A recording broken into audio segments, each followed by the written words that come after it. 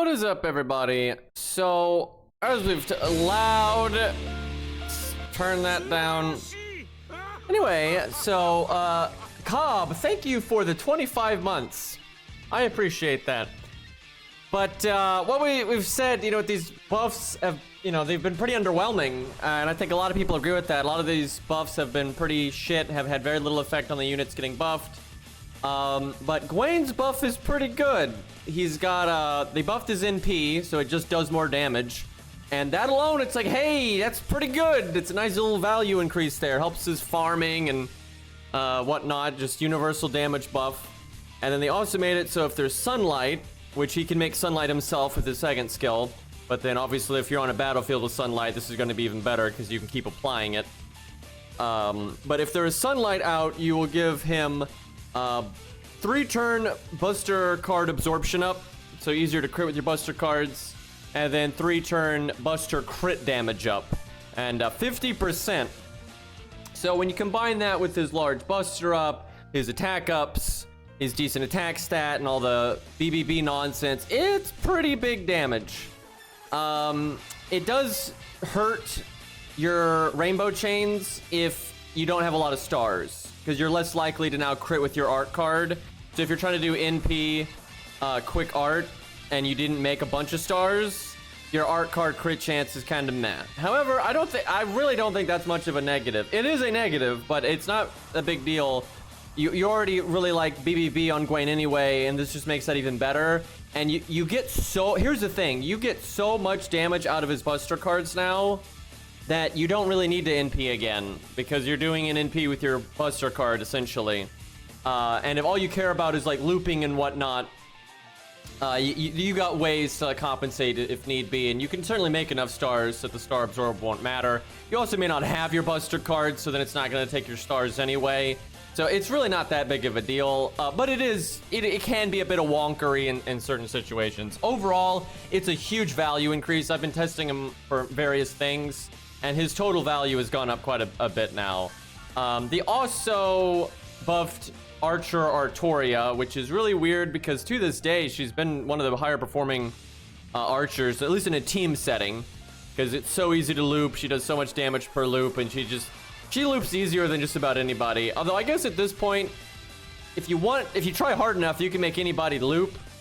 So then it's kind of just like damage that matters, and she's never had like the highest damage, I suppose. But what they did was they gave her a defense up. I don't remember how much, but it's a defense up for 3 turns and a battery on her first skill, which really, she doesn't need the battery once the ball gets rolling. She loops really easy, but it allows you to do that first initial NP really easy, and whatnot. So, wait, the defense up was already there. What did they add then? I know they added the battery. Did they add something else? Oh, they added sure hit as well. Excuse me. I don't remember having defense up. Huh. I guess you're right. I guess she did have defense up. Anyway, no one cares. Let's be honest. No one cares. What they care about is the battery.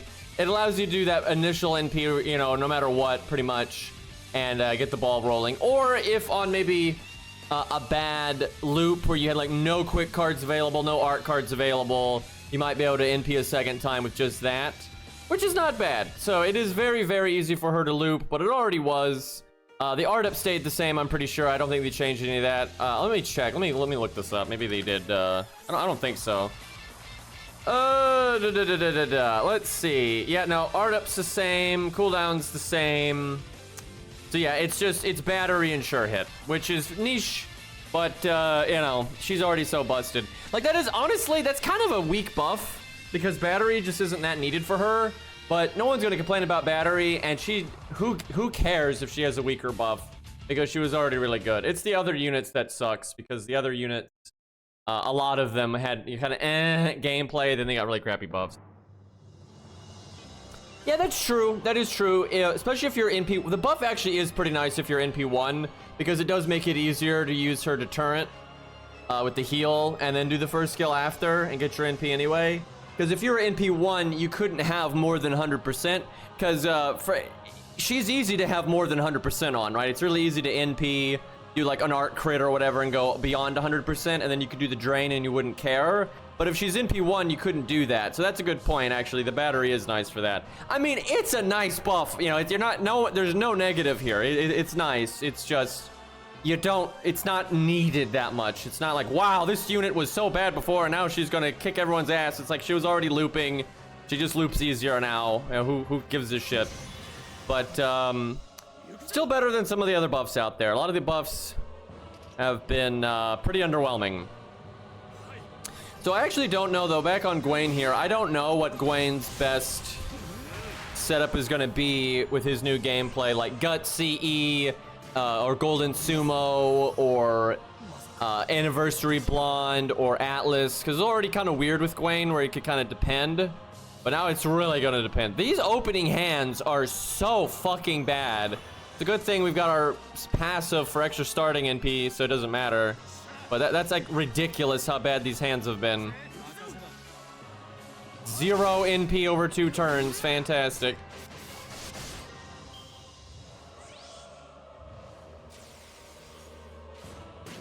$5,500. My God.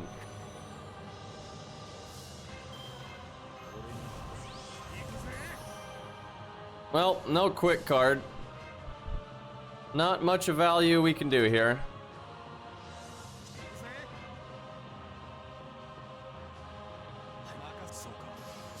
Wait, I messed up. Yeah, it's so dumb. I'm not gonna redo the whole stage because of that.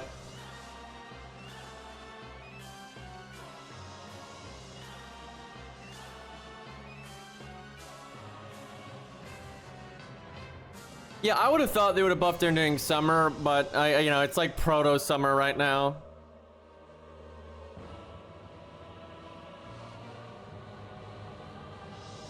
Maybe they'll buff some of the other summer or Camelot units during the event. I guess we'll see.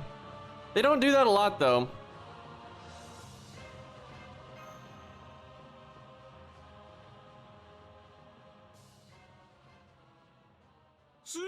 They did buff Lancelot somewhat recently. With they buffed his NP as well, so I don't think they're gonna buff him. He certainly doesn't need it. Peruzu, thank you for the 28 months, dude. I appreciate it. Nice, simple hello.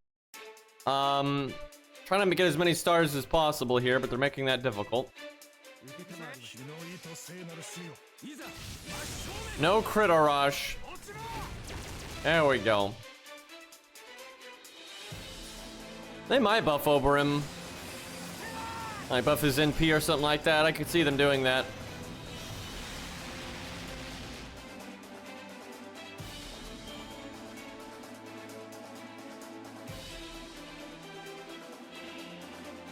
You mean Lancelot's star weight is boring? That sentence makes no sense. Star weight isn't boring or interesting.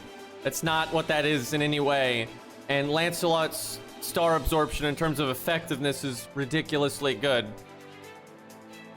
Like, it's almost impossible for him not to get the stars, so...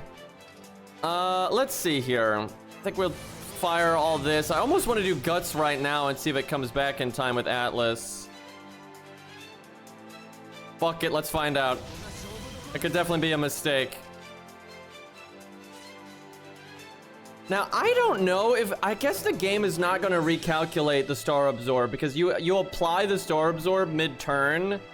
It'd be nice if it did, but I don't think it does. Because if I got the Star Absorb from the end... Because look at this. This sucks. I have 40 and 50 on the 2 cards I don't want to use. So if I had the Buster Star Absorb, I'd be way more set. But unfortunately, we don't have it.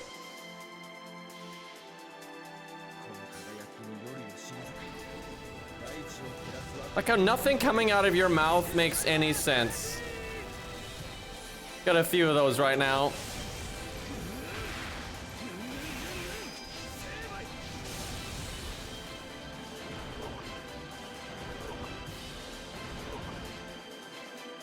All right.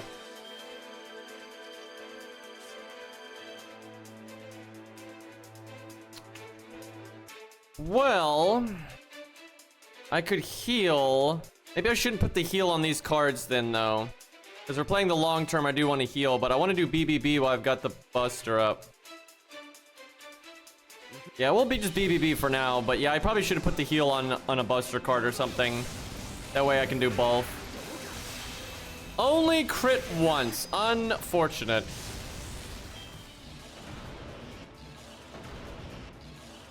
Yeah, Richard's kind of killing me here.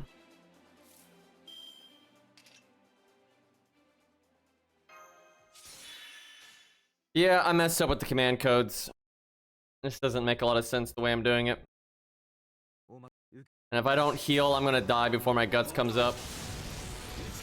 I mean, we're doing really nice damage, all things considered, so that's nice. Like, we're already in the 700k range. Okay, Richard, really? That's just shit.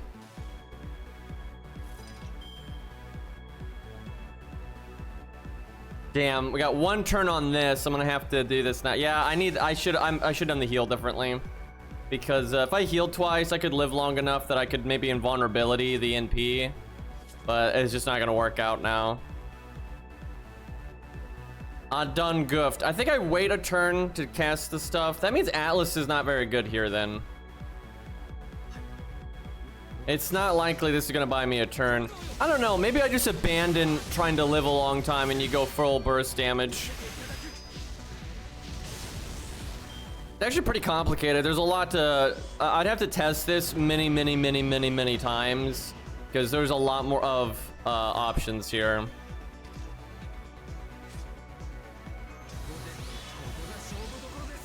I'm gonna skill seal him, which increases the odds of me dying here.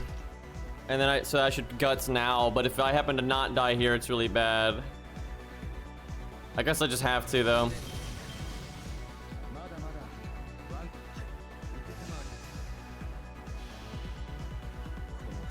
We're on course, though, to do about 100,000 to 200,000 more than we normally did. Because I've used Gawwain on Richard in the past. And we're certainly doing better. But I think I could do better still. Okay, yeah, we're actually way ahead. I actually bet you if you figure this out, you get really meta here. Of course. But if you get really optimal with this, I bet you can win. Because we're not actually that far off. And if I had cast guts now and that kind of thing, I could get another turn. And I could have definitely done better with the command codes, I think. Yeah, it's probably possible that he can win, actually. Which I didn't think that'd be the case, because last time we had done this, he got to about 700,000. So that he did way fucking better. Now we're also, we were level 100 last time. Now we're level 104. So that obviously has something to do with it. But that is a lot more damage. That is a lot more damage. Let's see. I don't know. I can't really... I'd have to do this like 30 fucking times, though, to find the optimal way to do it. Because you can bring a gut CE. You can... There's just a million and one ways to play this. And then, like, Atlas versus Anniversary Blonde is going to be really hard to test. I mean, most of the command codes you miss from events don't even matter. There's only a few that matter. And really, some of the command codes that really matter, where like you might have a shut up Da Vinci.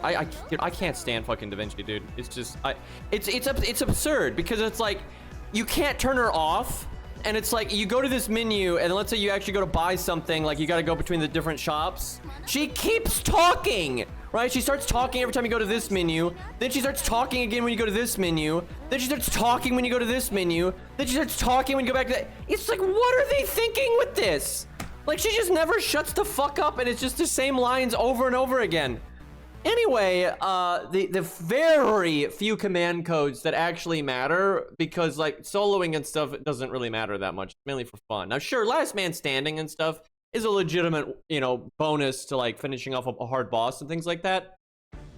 But, excuse me. Generally, if you're doing, like, last man standing or a solo for, like, practical content, you don't really need the command codes that much, with a few exceptions. And the thing is, the command codes you actually need to, like, maybe make a last man stand working that wouldn't otherwise are in the shop all the time.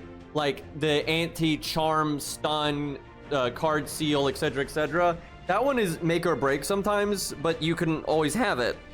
And like having a poison command code for Robin Hood, for example, there's like 2 of those you can get at any time, no matter what. It just doesn't really matter. The few command codes that I like would feel bad not having, you don't actually need. They're not gonna shut up, Da Vinci. But anyway, the few command codes that like aren't in the shop that really matter, they're not gonna make or break you for anything practical. They might make or break you if you're trying to solo for fun or show off your favorite unit or whatever, right? But like Merlin, right? Not having Merlin's command code is not the end of the world, or not having the heal command code is not the end of the world, right? And if you're playing actual team stuff, if you're like doing a challenge quest, and even if you're gonna like clean up with Herc at the end, you can compensate with the team beforehand more than make up for, oh no, I don't have a heal command code, right? So it doesn't really matter. Now, that being said, I do wish a lot of these old command codes were just in the shop, so that wasn't a thing. Okay, I will say the Roman command code is pretty big. That's one of the biggest command codes I've seen for Boudica fans. Obviously, if you're not a Boudica fan, it doesn't matter at all. It's not that big of a deal for Romulus. People act like it's a big deal for Romulus. It really isn't. It's a pretty minor bonus for him. Like, who cares? But if you're a big Boudica fan and you missed the Roman command code, that super sucks. It is a massive impact on her overall effectiveness. But let's be real, there's not that many Boudica fans, let alone Boudica fans that also happen to miss it. So it's not that big of a deal. Nah, it's not nearly as important for Draco or just Nero, whatever. Like, Nero and Romulus is just whatever. Like, yeah, it's nice, but it's not gonna be make or break for the unit. Where Boudica's like, you know, usability skyrockets with it. She goes from a really not a necessary unit under any circumstance, even for free-to-play stuff, to like, wow, this is a really good free-to-play unit now. Like, she goes from just total needless blech to actually viable. That's a massive jump.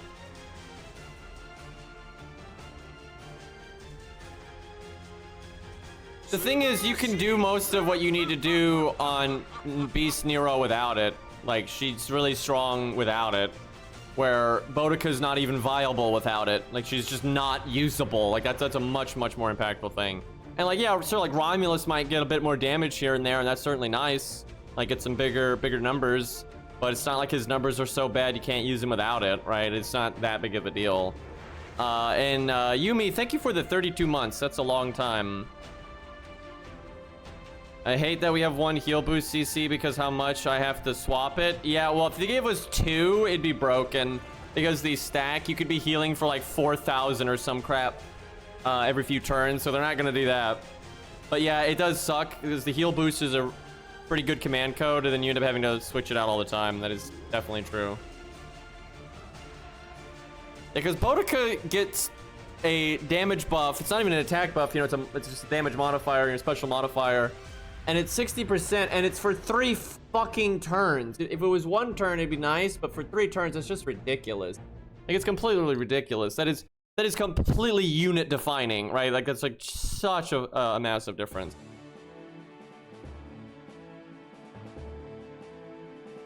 There's really no point in using Artoria. Her gameplay didn't change at all, and especially in a solo, it makes no difference.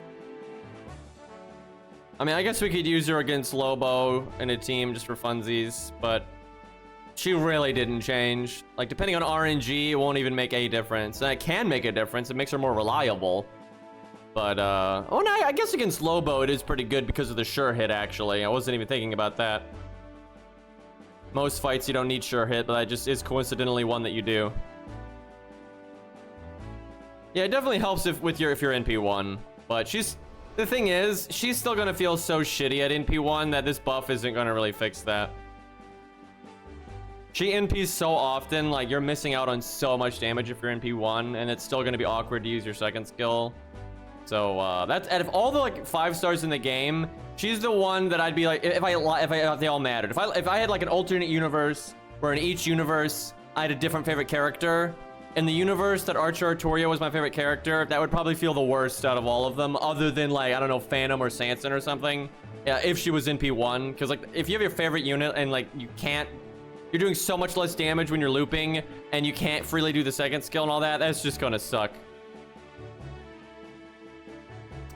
Well, it's only NP2, but it is level 92, so, I guess that'll work. Kind of fun to see how she does at a more vanilla level anyway. Probably that. Although, you know, I guess you could... She is more likely to do, like, Black Grail, because she's got her second skill, so it's 20%. Jufu, that's 50%. Then her own battery, that's 80%, right? It is good for shit like that. It's very good for shit like that. If you're doing Black Grail, this buff actually is really nice. No doubt. Like I said, you're never going to complain about having a battery. It's just, out of all the units, this is not one that you're like, oh, God, she couldn't do anything before.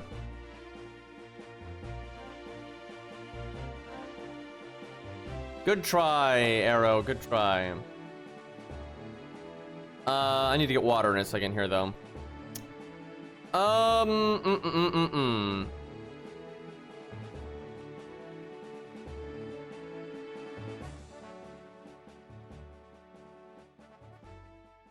Could do just double star bomb or something. And then do Mozart's third skill.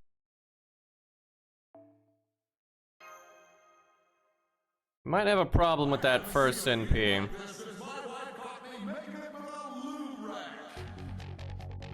That song intro, dude. I might go with this just because we may need the invulnerability. We may not have taunt on the NP turn. We probably will, though. I have got to get my ult account Jufu to 10, 10, 10. I got to fix that. 1 second, I'm getting water.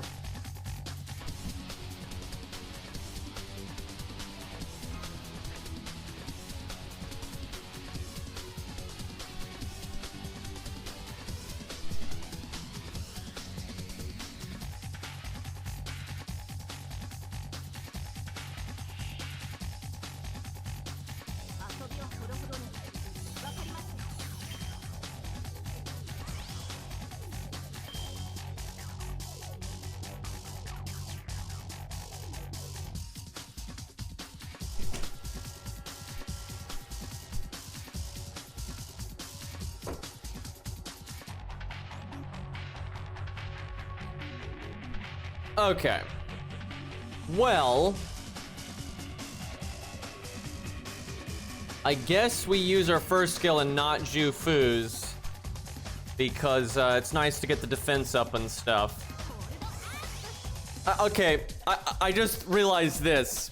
She is kind of like Bedivere with this battery, that if she does have the passive, right, for the 20% and then her 30%, that is that perfect 50% number. That is really nice, because then you can just turn one NP and save all of your other stuff for the one after. That is big. Like 30 with the 20 passive is just that sweet spot. More reasons why Billy's been really... Dude, Billy used to be good in that he was one of the very, very, very few units in the game that could NP turn 1 with no help very easily. And that kind of thing, even when like you countering in 5 stars and stuff. But my god, there's just so many units that can do it now, especially with the passive system.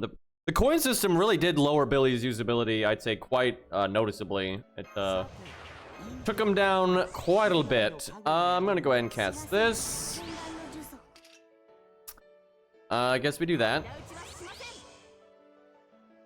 This opening hand is a bit mid, but we'll make do here.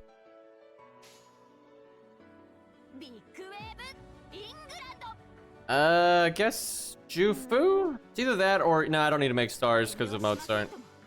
Alright, let's see the damage. Yeah, everyone can be Billy the Kid now and hit a lot harder than him. There was a lot of drawbacks in his kit because he had that battery, but now those drawbacks don't make sense anymore.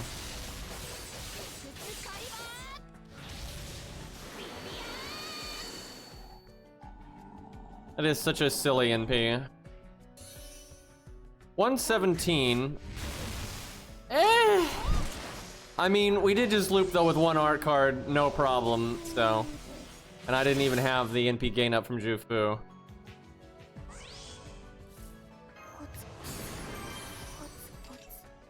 Okay, now we got some stuff. Okay, yeah, the looping is pretty easy, but it always has been.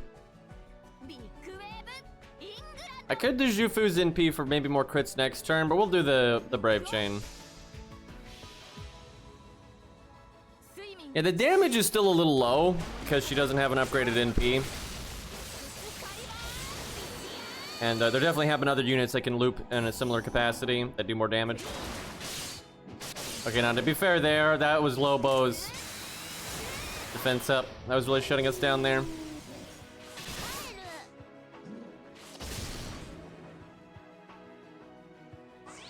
At some point, I'll use Jufu's skill.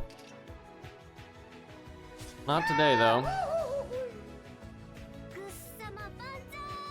What even is her overcharge? I forget. Is it like the... it's the battery. Yeah, we'll take that.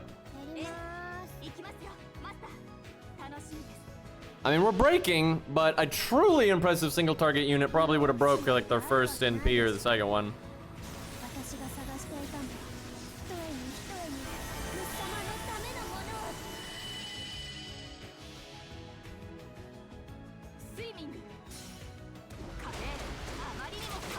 I would have definitely preferred the buffed Artemis, but maybe someday. Okay, we need Lobo. Yeah, Lobo, not Lubu. I'm getting my names confused, even though I got it right. I was gonna say you gotta hit it one time and then we're good. This is like our 4th NP in a row. I can do this skill again.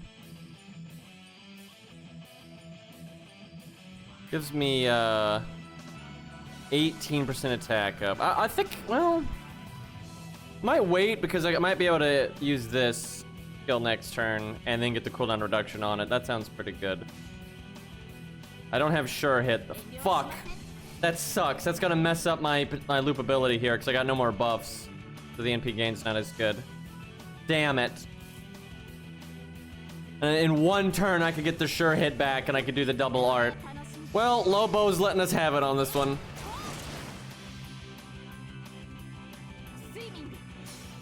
Yeah, I could do it on Mozart, but I think getting the sure hit back sooner is more important. Although maybe not if I don't actually get my NP. If I have to wait for it, then there's no point.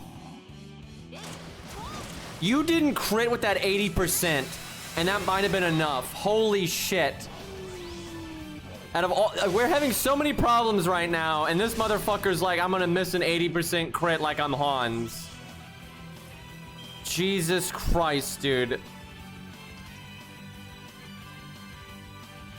Well, dude, and then she gets no cards. What a joke. Guess I'll just do this though for the heal. Bow, bow, bow, bow.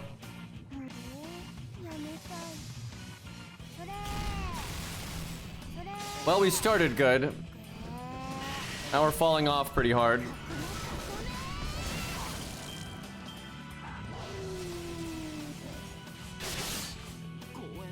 This is what I was worried about though, because now if I use the cooldown reduction, I would have got no value out of the skills. Now I'm waiting so long, the cooldown reduction won't matter. Not great.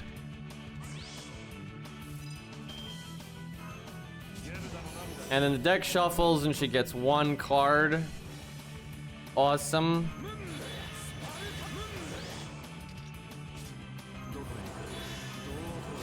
She's probably good, yep.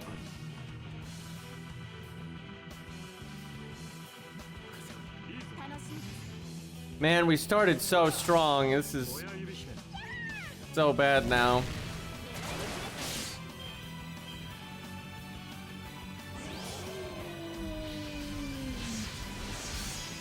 At least we get the attack up from Leonidas.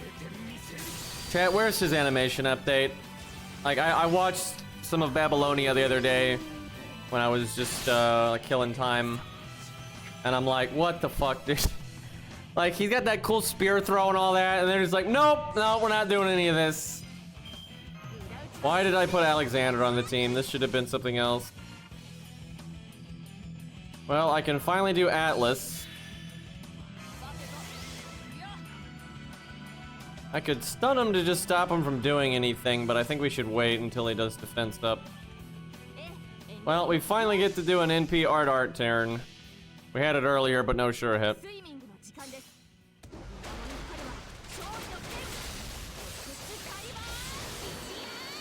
That's actually the first time we've gotten to do that proper. 82k, no crit. Girl, you're killing me out here.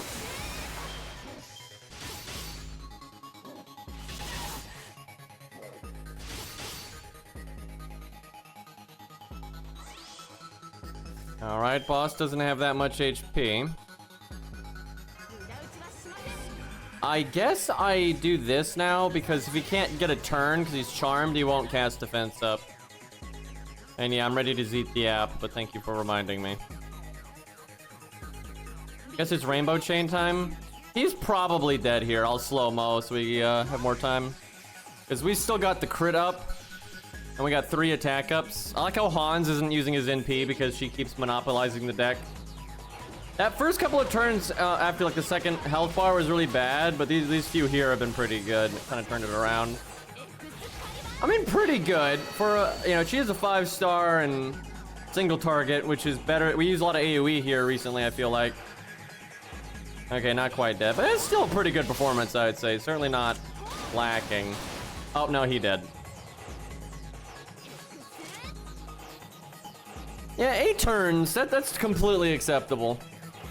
And with better luck and maybe switching around some of those units, it could have been better.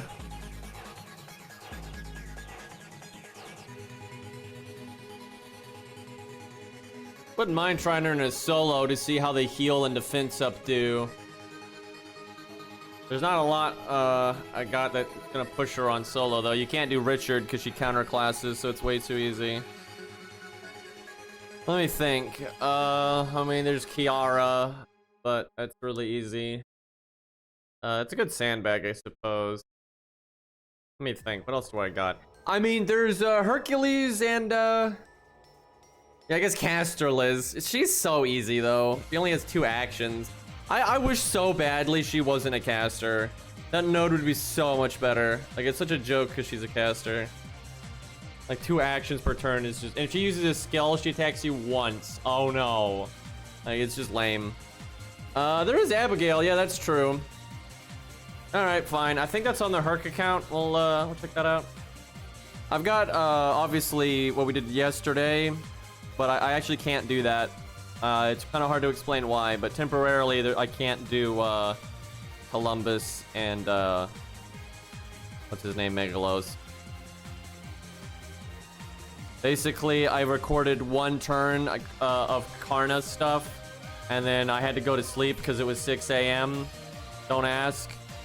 So I'm still in the middle of the stage. I'm gonna finish recording that for the video later. So in the meantime, that stage is dead to us.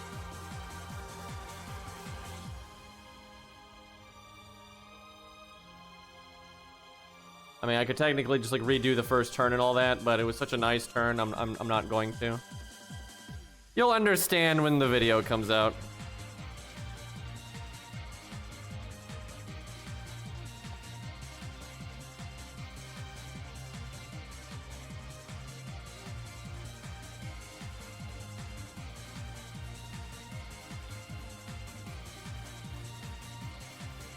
Oh great, I haven't updated the Herc account. Hold on, chat.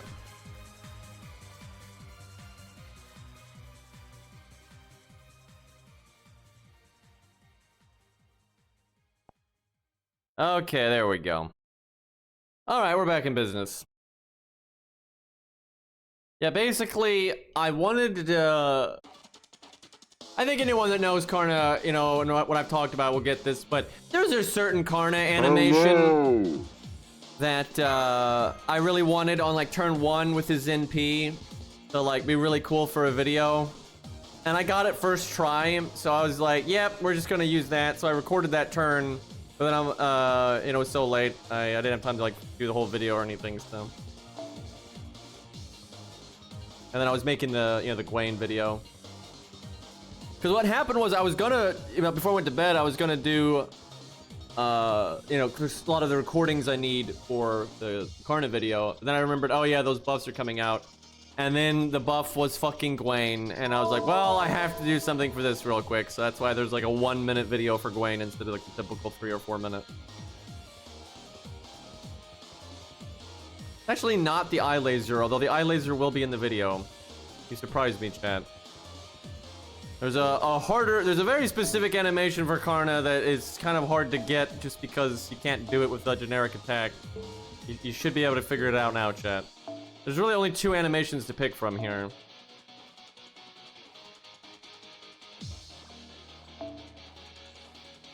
What do I need over here? Probably these. Guess it has been a while since I've logged on the Herc account. I feel like my chat's trolling right now. Either that or no one actually uses Karna here. Or remembers literally the only thing we ever talk about when we talk about Karna's animations.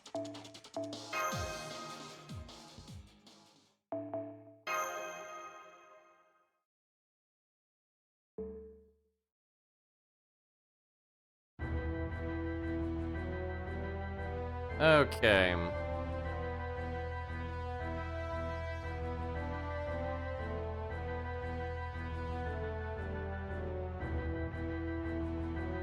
Where is it? It's the last one.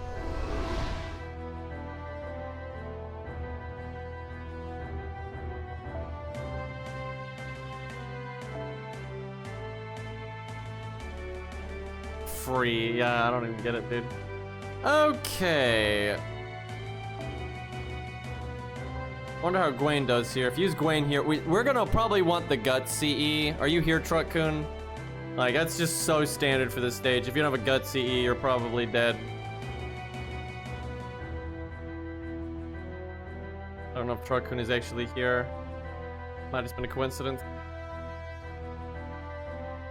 But yeah, this is not gonna happen if you don't have a gut CE. You either have to win before the boss ever NPs, or you gotta have a gut CE. And she can bounce back after her guts procs. If you do her second skill and you've got the heal boost command code, you'll pretty much get to... She has no command codes.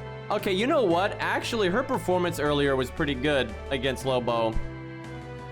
Because, yeah, she won in 8 turns with no command codes. I didn't even think about that. Any Truck-kuns in chat here? Because, she's gonna perform very poorly here without command codes. We're gonna need the, like, anti-stun one or just debuff clear, either one, and then we're gonna need heal boost, and that kind of thing, and then probably a gut CE. Because if you don't have any command codes, you're just gonna get stunned over and over and pretty shit. Damn it, I don't think, Truck-kun's here.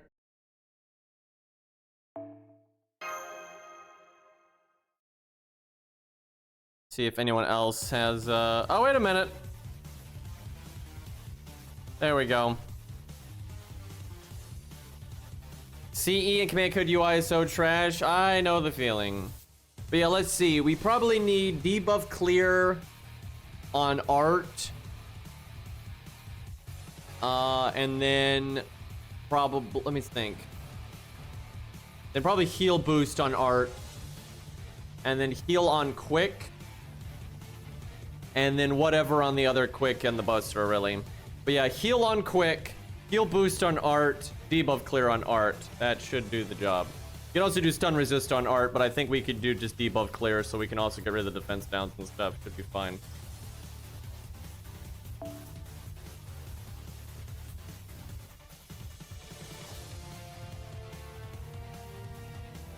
Guys, it's basically the same person. You know, I wonder if they had a different artist do Lancer Artoria to just kind of re-emphasize that this Artoria is from a different world entirely, right? It's not just like an alternate version of Artoria. Okay, definitely Atlas.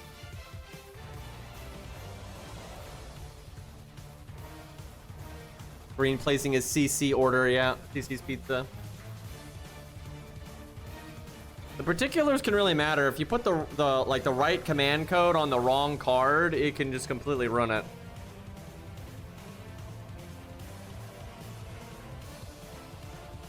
I'm losing hope that they're gonna do anything about the UI because they just added more filters. Like if you were planning on revamping the UI, you probably wouldn't add even more filters like that. It's a waste of time. And Master, thank you for the 26 months. Well, we're not in Camelot, to be fair, and like this alternate version of Artoria what were Summer 1 set? I don't remember, but you know, it was Scath. They changed their Saint Graph temporarily. But I don't remember where Summer 1 was set. Like, wasn't it like a deserted island or something? I guess in the middle of nowhere. I don't know if they give you like a hint of where. Random island. Yeah, they might. I don't have to. I'm not gonna bother, but there might be a hint in there of like where the island was roughly. But I'm not sure. Okay. I'm going to assume the command codes are done. Let's find out.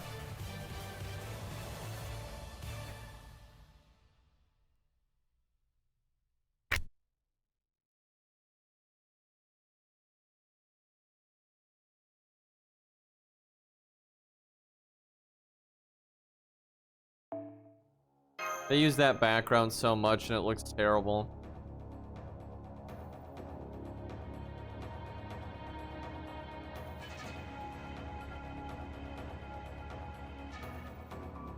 Yeah, Fate Train Fake is pretty interesting. These last like 2 volumes though have been a little miss, I'd say. They're not like terrible, but they weren't as good as the rest of it, I'll put it that way.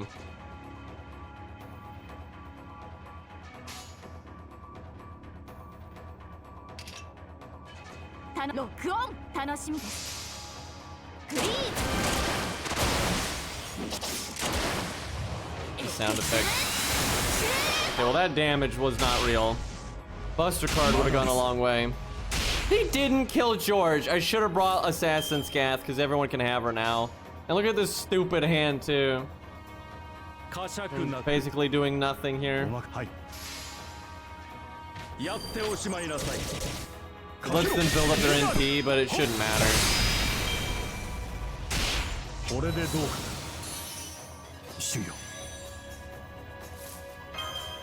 Well, that's a hand I can get behind. Gonna make stars. So I'm definitely gonna do the 33k on the next turn. Just gotta crit like 1 time. I can rainbow chain.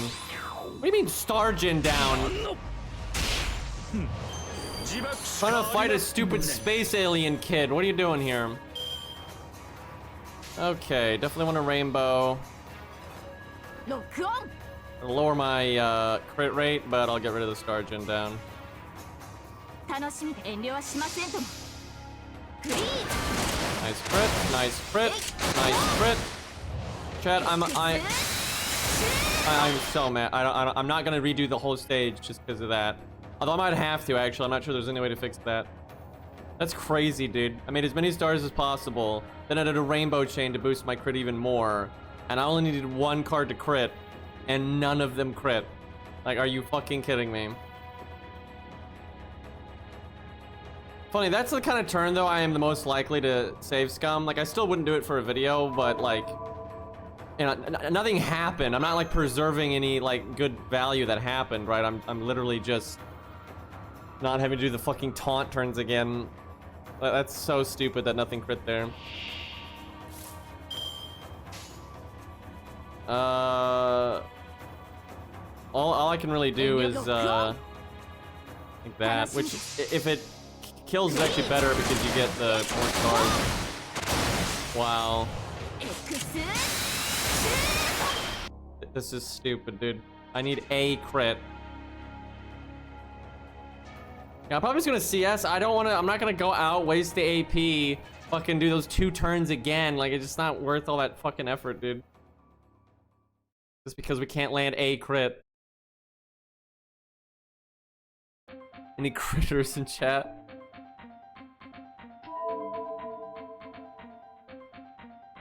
Oh, that's stupid, dude.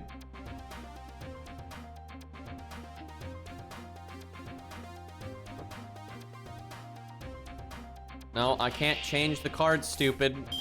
Like one, they have just way lower crit, and then they don't have the effects that we need. God, what is with the peanut gallery today, dude?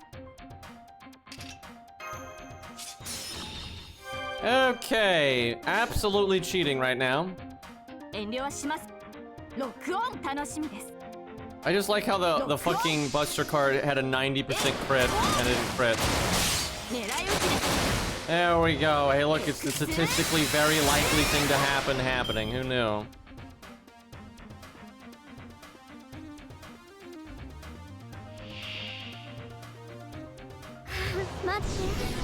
Okay, well, obviously, we don't need the battery right now. We don't need the sure hit either, but let me think about this. No, we should just do it now. Because the defense up.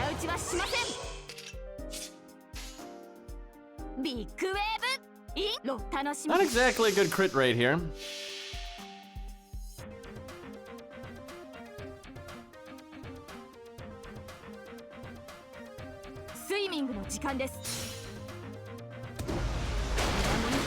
I like Zert doing all that and then just saying fuck it and dancing.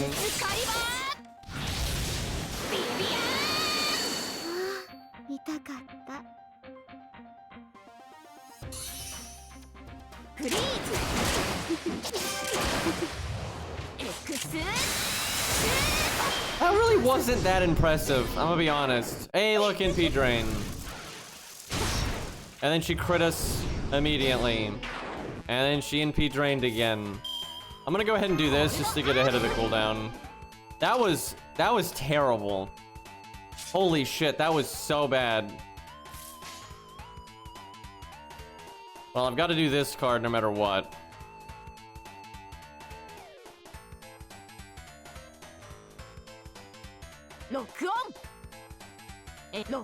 Bad turn. A double attack down, NP got wrecked.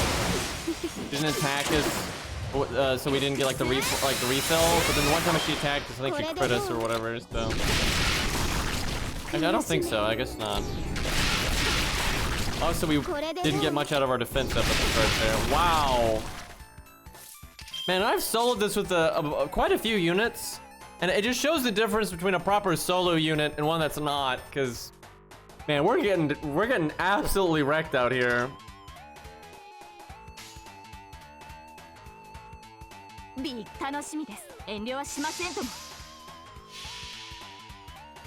Like, I don't think we've taken a life.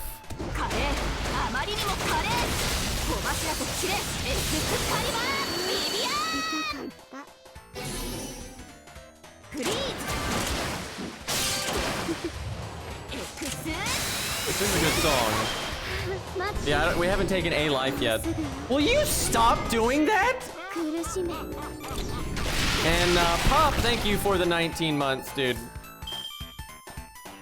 What's up and what's your opinion on the buffs so far? I mean, most of the buffs have sucked, long story short. The Gawwain one's pretty good. Although Gawwain was a fairly meh unit, you know, ultimately at this point, but his buff was pretty good. But most of the buffs have been very underwhelming.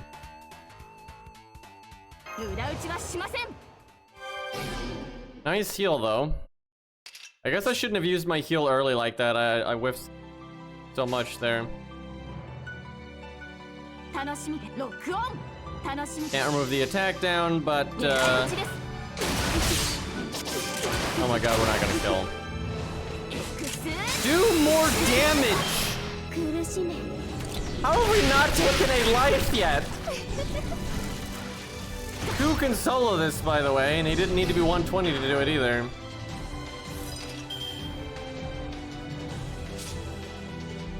Why did she do that attack down so much?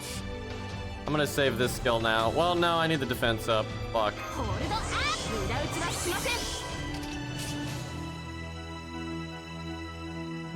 These attack downs are really starting to make a problem. Maybe if the gun didn't shoot water, yeah, that would probably help.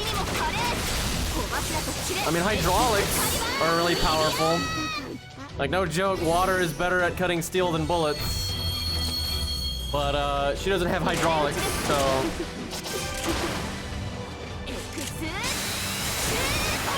I mean, I don't know, maybe a little bit there.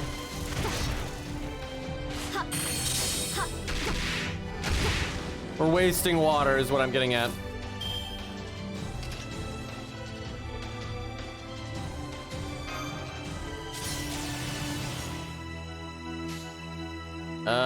We can heal next turn for 2,000. That's gonna have to try to keep us, you know, the NP drain is actually kind of bad here because it's probably gonna make our guts sync up at a bad time.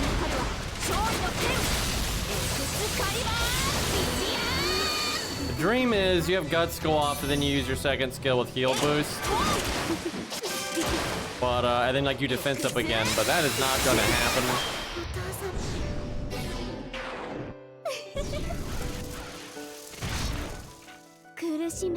Okay, at least she actually attacked us instead of giving us a fucking attack down again. Alright, I must heal boost and heal no matter what, which means I can't get rid of the fucking defense down. God damn it. Maybe I don't NP. That's kind of ridiculous. Have I only killed her once? By the way?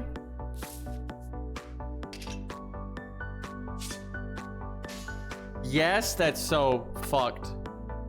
And we're doing no damage. Health thresholds have really changed over time. She used to be a big damage dealer, but yeah, her damage does seem kind of crap. And this is at NP2 level 92, which is better than most people. Wow, I think I have to, okay, just don't stun me, forehead.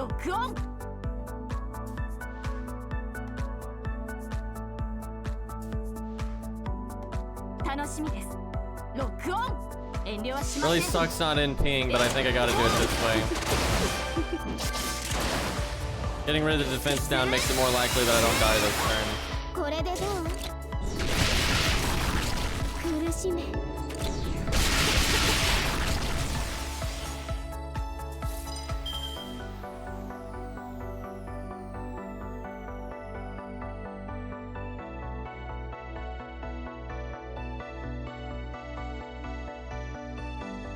The NP drain really was not helping us out. See, Chad, I had it all planned out. We were gonna not die there, and then I was gonna heal boost this turn, right? But no, I guess it would have gotten removed anyway, so we weren't gonna get heal boost on our second skill no matter what. Well, we tried. She only killed. Did she kill twice now? Have we killed the health bar twice? Surely we've at least killed it twice, right? Only once? What the fuck is this damn... Boy, if you're an Archer or Artoria fan, you're gonna need a 120, like, NP3 or higher. Holy shit, dude.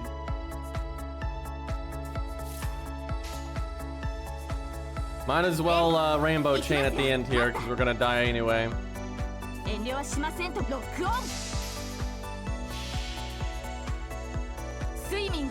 Maybe she did need that buff. I mean, I don't know. Here's the thing. In a lot of practical situations, she's going to be a vehicle for the buffs of the other units, like Castoria. And it's so easy for her to loop and keep applying, like, that attack of an Arda from Castoria, that you're still going to be doing good damage. Oh, we NP drain. Not like it mattered. Herc can solo like 2 of her lives. Now it might be more now. The last time I tried Herc here, that was way before a lot of these upgrades and stuff. If Kirk is 120, NP5, 2k foe, faux pause on the cards, has his class skill tree, very relevant. All that, I don't know, he might be able to do it. I doubt it though. I think if you did all the upgrades, you might get 3 lives. Or so. Cause like right now he can do like 2 lives, so he's a good cleanup unit. Like unironically in a team setting, he can finish up. But all of the lives there would be very tough for a berserker. I don't think any berserker's done it. Now Herc has done an easier version of this fight. There's an interlude that kind of has the same gimmick with Abigail, but it's just easier. Like it's just a straight up easier version of the fight. You know, it's kind of like how people are constantly using God Juna and Zeus from Canis's interlude. And like, you know, they don't really make that clear in the thumbnail. And so a lot of like dummies just think it's the real fight because they can't tell the difference. You know, it's kind of the same thing with Abigail, so.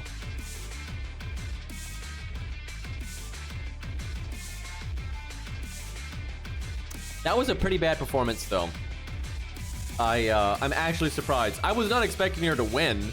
Right, not. You have to generally be a big boy solo unit to win that fight, like Ku and Kidu, Scath, you know, King of Son, I would think could do it and stuff. Yeah, we barely got a health bar. Oh, we almost got 2 health bars, I guess.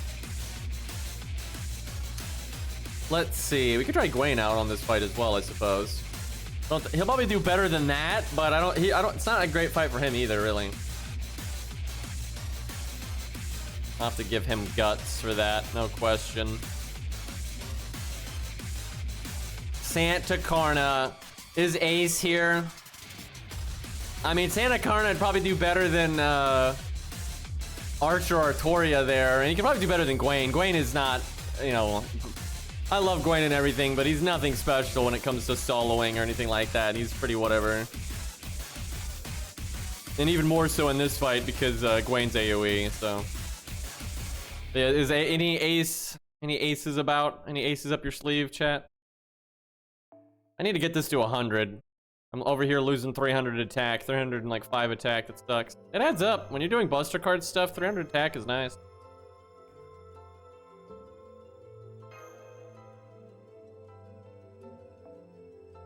I'm Ace. Not Ace. Link, I'm not Zelda. You're not Zelda, though. But you're also not Ace. Okay, chat. It's about time we,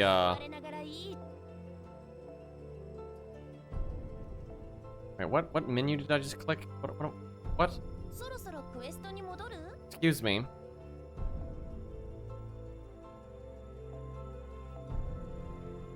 God, one thing I really like about playing on my PC monitor is I can see better, because when I had to play on a phone screen, I'd have it like on a desk arm.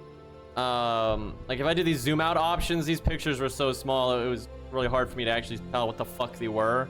But now that I'm on like a proper monitor, I can actually see. It's quite nice. I only have 2 grails on my fucking ult account. Shit. Do I want to use these? I mean, I've only got enough coins for the 1 more right now. And I guess I'll at least do that one then.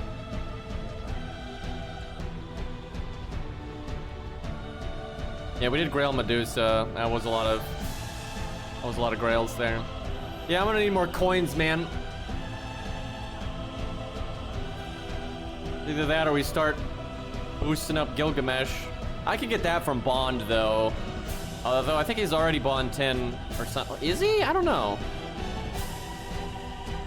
Ult account things. Now you want to see something depressing. Look at that. These are the highest amount of XP value in the game, right? And yeah. It's because I'm not kidding. This bar from like here to here is 1 to 100 from before, right? So that is just so much XP in there. It's like around 1 to 100, roughly. Oh, hey, I'll take that. Really big value when it hits 20 of these big cards like that.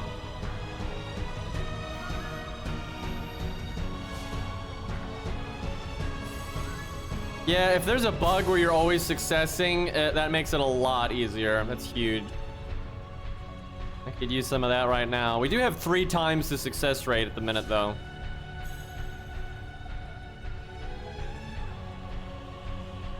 I can at least get to 105.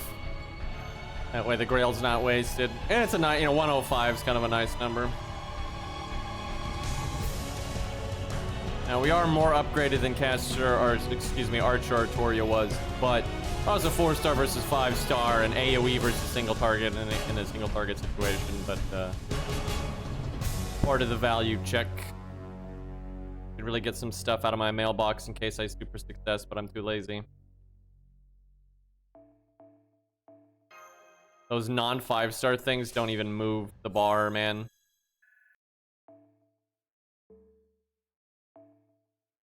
Oh.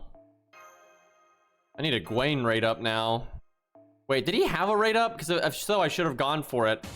And maybe if he didn't have one now, maybe they'll have one in summer. Do I have any of those unlimited ones in here? Or have I used those already?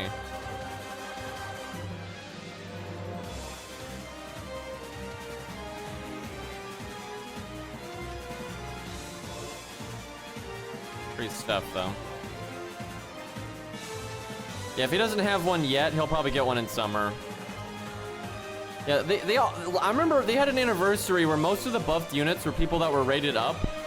But they didn't do that this time. So, which I'm actually happy about. I thought that was actually kind of lame before. Really need to make CE XP out of all that. Probably not enough to get 105. Okay, I got a decent amount of mana prisms. Gotta buy these, though. Alright, that'll do it. That's a lot.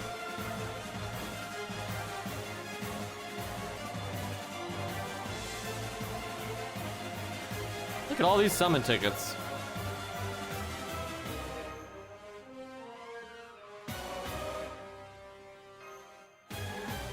Alright. We're loaded.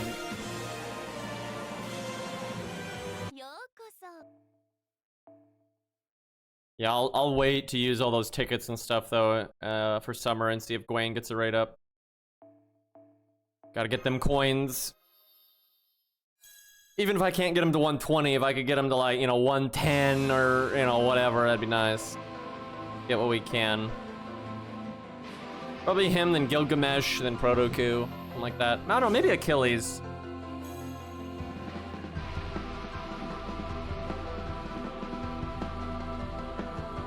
Be cool to see what Achilles could do at 120. Probably will buy Sumo at some point. I've already got Sumo at 100, but having a second one ain't bad. Alright, that'll do for now. Now, we need command code.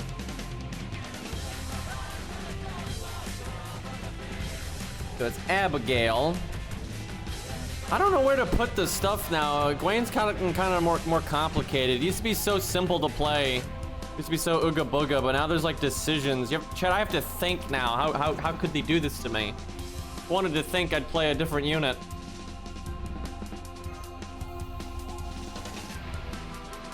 Maybe the double star absorb is like diminishing returns.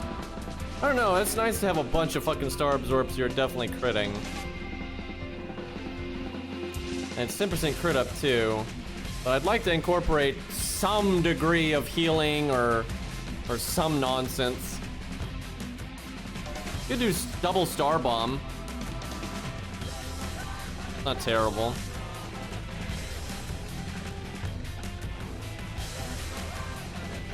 Thinking, nope.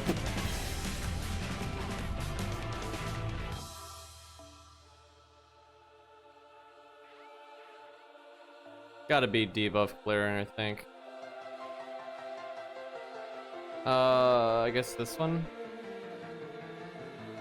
That can be bad for Ku though. It can mess up his low attack or low HP thing.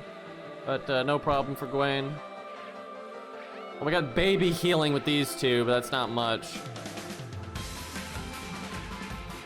If I did use these, I mean, I could do heal boost heal. It's just that I think it's better on Buster to do that. It's really hard to justify doing it over here. But like, I don't know what I'd put on the Art and Quick if not that. More debuff clear maybe.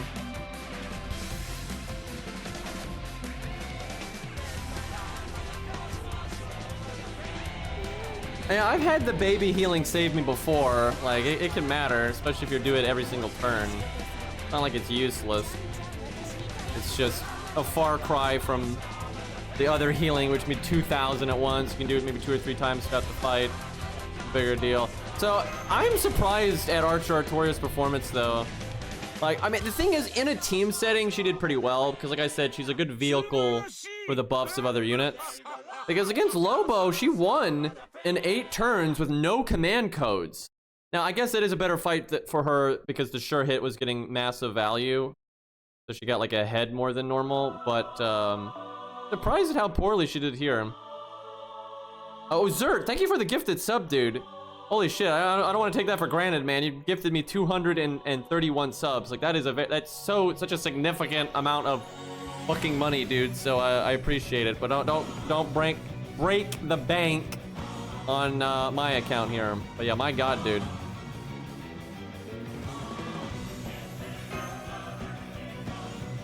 the whale emote. Also, it was like going with the music.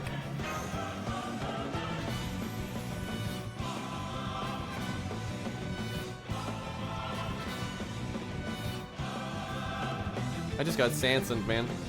Red has actually Sansoned me before.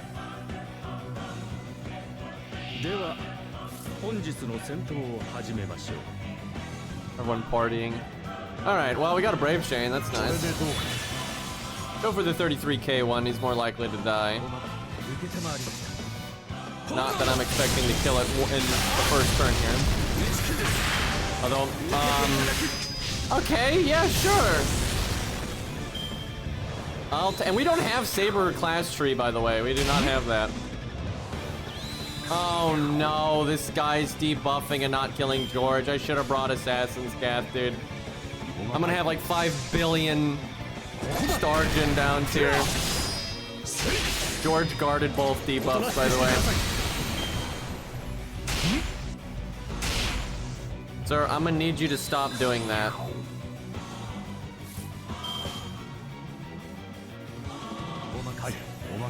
I don't want to kill. Don't crit, don't crit, don't crit. God damn it.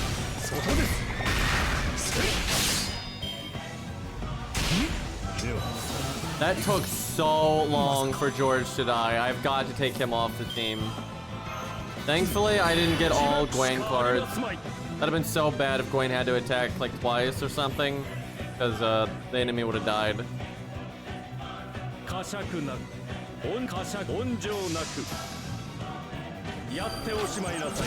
Well, rip my star gen. I'm not gonna make stars before the big turn, which actually sucks because stars go a long way with Gawwain's new buff. Of course! Oh, wait a minute, we guarded! Oh shit. It might be good. Don't do it, just let the turn go. Just let the turn go. Yeah, you go. Alright, we actually get stars. How about that? Lucky, dude. Debuff's mad. Oh man, if that quick card had crit. So, Gawwain is certainly not at the star cap. So if you do get the Saber class tree, he would certainly benefit from it. Especially on the extra. Like, he's got a really nice hit count on his extra attack, so that'd pump pretty good. Gawwain's magic resistance, I think it's B off the top of my head. Let's see if I'm right. That's just pure memory. I haven't like looked at it recently at all. But he's a Saber, so it's probably B or A. It is B, so it's 17.5%. Do I want to cast this skill? I have some degree of faith that it'll come back in time. Maybe I shouldn't, but no reason to remove debuffs. I don't have a defense down, and if it stuns me, I can just remove the stun. If there's ever a time to Rainbow Chain, this is not it, because I don't have any health missing. Also, why, like last time, why is the Quicken the Art card getting all of the Star Absorb? Why are they like this? Do I take the lower crit chance now to have a higher crit chance later?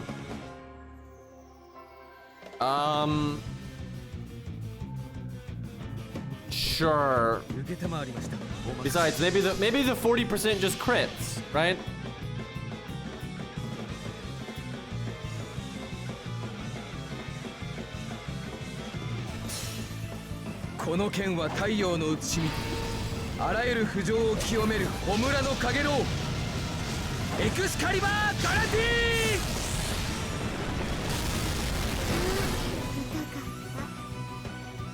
All right, come on, game. There we go. See, and I like how the one with the higher crit rate after it didn't crit. Okay, well, gonna have to do the debuff clear. See, I wouldn't have minded her doing the attack down now because I wasn't gonna NP anyway, and then I was gonna remove the debuffs, so I could have just saved a bunch of my health. I need to heal. I hate this. I don't want to heal. Look at these. I've got 80. Oh fuck. Maybe I Buster Art Buster, and I lose out on 500 HP. It's like a happy medium. Fuck. That sucks. I don't know if this is right. Probably wasn't right because I just realized I overkilled like a motherfucker. Yeah, that was probably a mistake. Damn it, there's no sunlight here. I could double up on the buffs if the stage was naturally sunlight. But I can't do that. Oh, you know, we skill sealed her. What? That is so bullshit. We lost our entire health bar in 2 fucking turns. That is so unlikely. Are you fucking kidding me with that? Yeah, I think she triple busted. What a goddamn joke. What a catastrophe.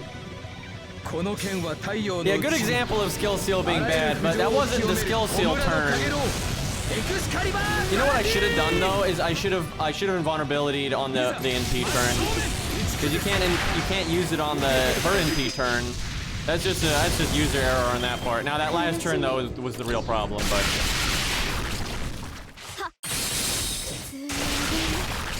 Man, I don't know if my guts is coming back. Yeah, it's not because we died so fast.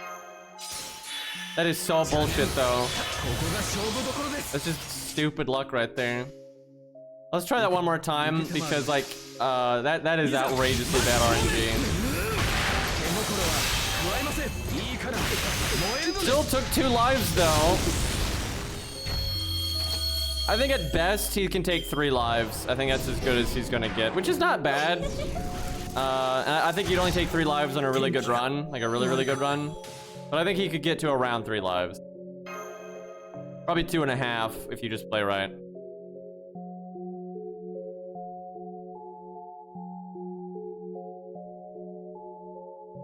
That was a pretty big value hit, because not only did we like die early, but my guts would have come back and gone even more turns if that hadn't happened.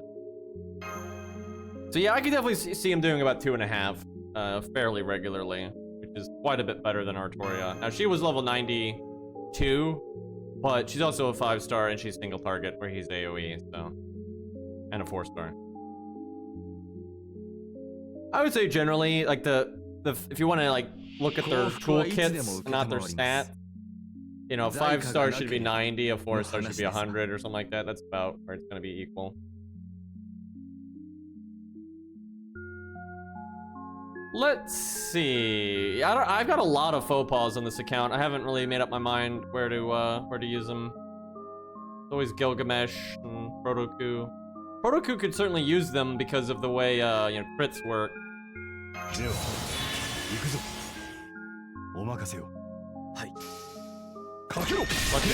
Lucky crit, eh? I brought George again. Really need to stop doing that. Oh, thank goodness they crit. Dude, it took them like 3 turns to kill him last time, but they actually just killed him in 1 turn. Like, when the fuck does that ever happen? Power of crits, man. Yeah, the QP sync from faux pas is brutal. But QP's been a lot easier because the Bleached Earth quest really worth doing gives QP while you're at it, so I've been having an easier time. I don't keep up with the ult account though, doing the Bleached Earth quests. I whiff those capsules a lot. I mean, there's no way to predict the summer welfare. And I can't remember, last year, did they show off the welfare, but they didn't tell us it was the welfare? Like, did they show off Da Vinci and then they just didn't say which one the welfare was? I can't remember. Because it's possible we already know. Right, and it could have, because they showed the outlines of the Fae, whatever. know, Burgess, Sith, and all them. So it could just be one of them. It doesn't have to be some completely unknown thing.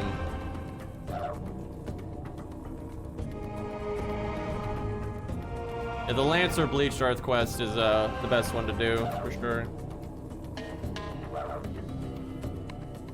What do? We want to remove the debuff, but I want to make stars too.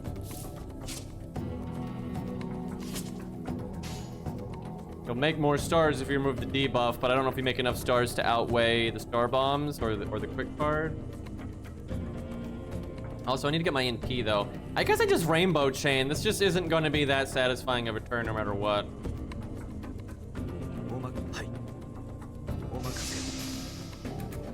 Whipping the heal, don't like that. Man, I want these quick cards to fucking crit so they make a few more stars.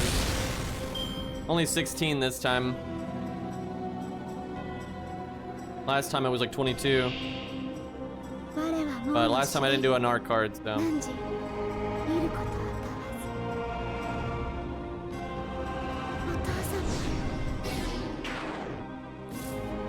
Okay, I could say at least this. I don't think the welfare is gonna be Morgan. Because her summer version is essentially the anniversary stage 3, right? That would actually piss people off, I think, if they did another Summer Morgan like that. Okay, I kind of want to just get rid of the defense down unless I'm going to cast this card, which I would rather not, although it has a 40% crit rate. Oh wait, I know I'm going to do this. Oh right, I didn't need a rainbow chain because I had my battery I could cast here. Okay, I just fucked up. That's just straight user error. And now it's 80%, so I guess I wait. Yeah,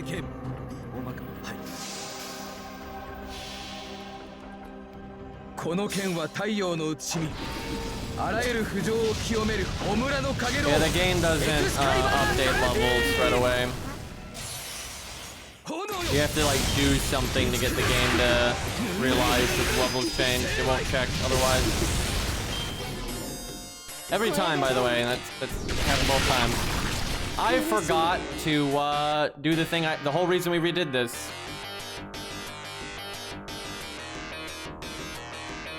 We already have Summer Oberon though. They already confirmed that, and it's a costume. So they're not gonna do Oberon costume and then add Summer Oberon. That's not gonna happen. Also, they've never done a male unit for Summer, ever. Like, they're always just costumes, which is dumb, but, like, that unironically is a pattern. That's not a coincidence. Now, that being said, they might break the pattern someday, right? They've had patterns and, like, policies before that they've changed, so maybe we'll get a male welfare or a male new unit at some point, but, not so far.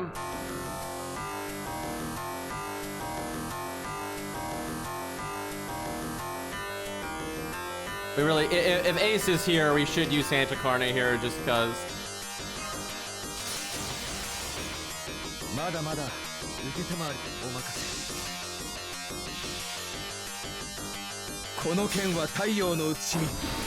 I think it's pretty lame though that they're doing Lost World 6 stuff, and it's not because they don't like Lost World 6, which I don't, but it's because you got all these units that people, they clearly deserve it, like really popular units. And like, I'm not a Summer fan, I gotta get this out of the way.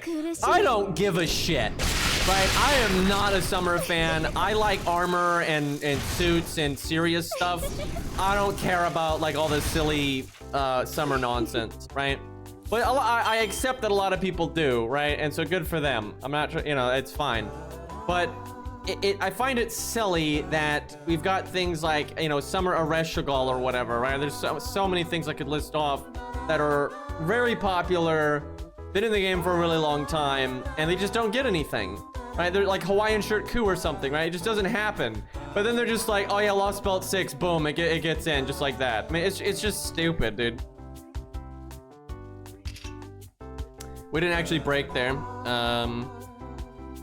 It'd be really nice if you could break on that turn, because I'm gonna whiff a lot. Look at all this damage I got with these Buster cards, and I'd whiff all of it right now if I did it. Man, maybe I should have put this, like, this is, well, I still have my debuff clear, so I don't have to clear that debuff if I get stunned, I can just do it then. I'd like to use both of these cards for the star gen, but... See, if I needed to heal, this would be a great time to do it. I already wasted the heal before, but this would have been the perfect time to do it. It's only 33k. But I guess we'll rainbow chain. Try to get our NP again. I don't know. If we don't have sunlight out, NPing again is not that great. Because it'll skill seal her.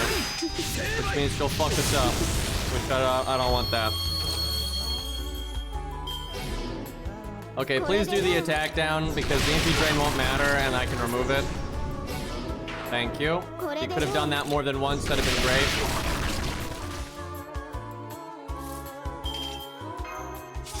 Which outer god is she connected to? I can't fucking remember. Whichever one it is, though, fuck them.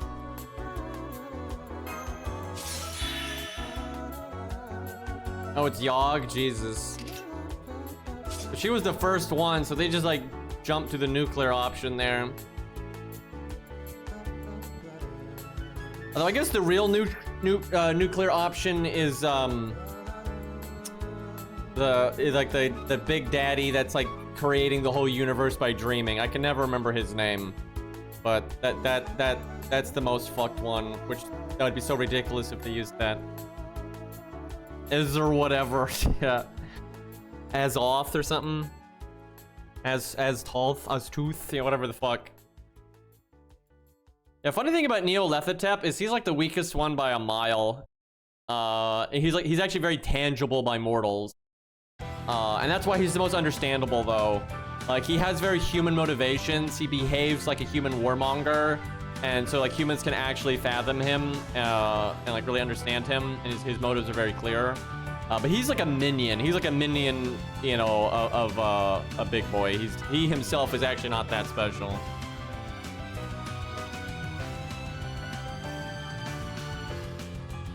He's very unique because of that, though. Because unlike a lot of the other ones, there's actually a lot of information about, you know, his motives and that kind of thing.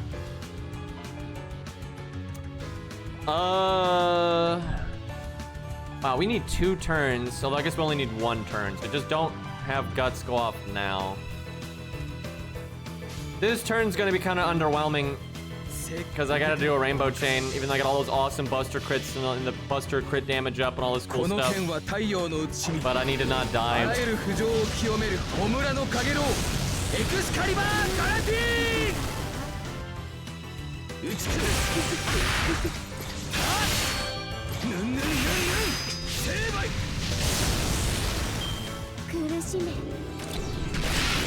I like, what is it Holster or whatever? He's pretty cool. Wow, we almost died there.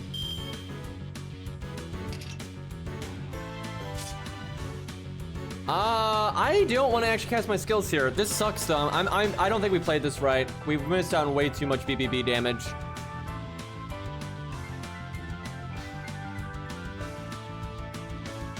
Mustard guy. Let's see though. What do we do? I'll probably get my NP even if I do BBB. It's just BBBing here is kind of weak. I don't have my buffs.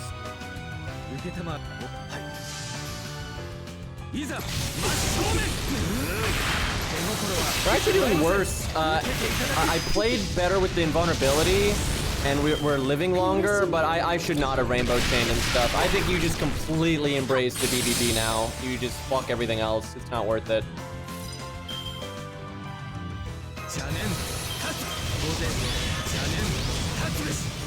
So I've got to, I guess I have to buster NP buster and hope that that breaks so I actually don't whiff my damage entirely. But yeah, I just fucked it up. We didn't play this right.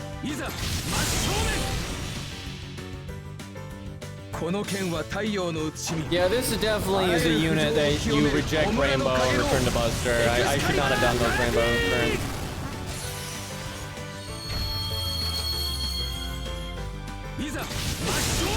Oh no! Oh no! Oh hi Ace. Yeah, you should put up your Santa Karna with the works, right? Gut CE and all that. Definitely gotta have gut CE. Now, before anyone says anything stupid, he's obviously going to do better than than Artoria and Gawwain here, because they're not great solo units at all. So he can definitely beat them. Although Gawwain is doing better than Artoria, I'll say that. If we crit here, we might even get this extra life.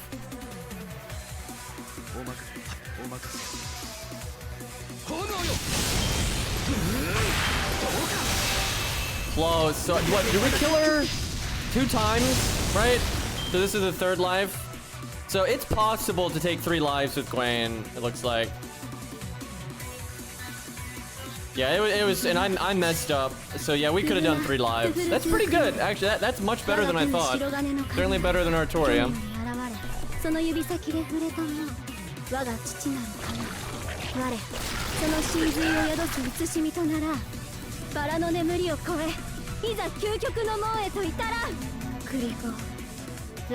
That's a pretty long NP. Okay. It's Karna time. Now, Ku can solo this, and not at 120, right? He did it at 100. Scath can solo this. I think she can do it at 90. I think Ku could probably do it at 90 now, too, actually. With all the buffs and shit. But, let's see how Karna does. He might be able to do it. We'll see. Like, he's single target. He's got survivability. Should be NP5 and all that, because welfare.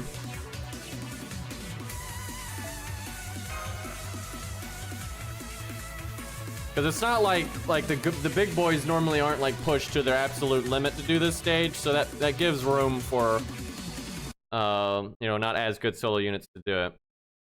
Any specific CCs? Definitely debuff clear. That's really big. Debuff clear's big. On whatever card that he'd want to use with his NP, so it'd be either Rainbow Chain or Quick Chain. But that's kind of complicated, because I guess you could put one on Quick and then one on like Buster or something. I don't know.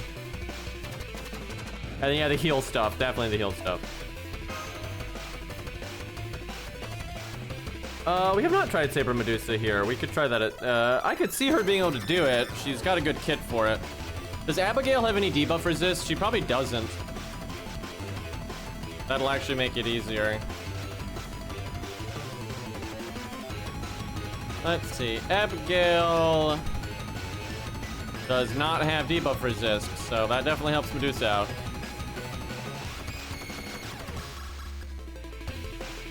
Ace, do I have you on my... This is the Herc account. I don't know if I got you over here.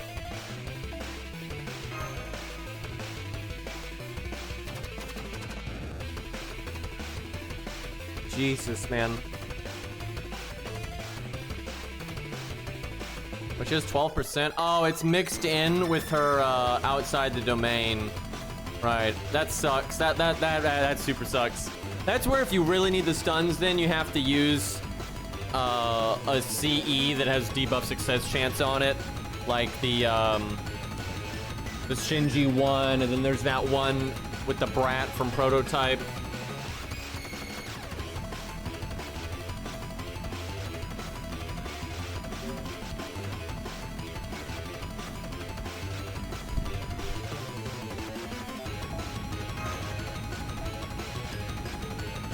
Easy.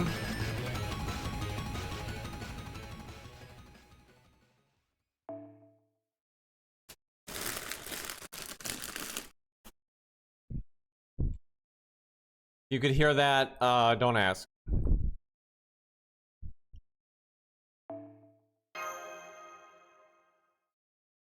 Russell, yep.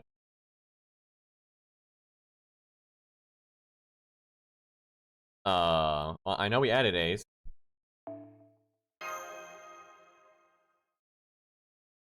Yeah, we could give Canis a shot. I had to be careful about what I said there.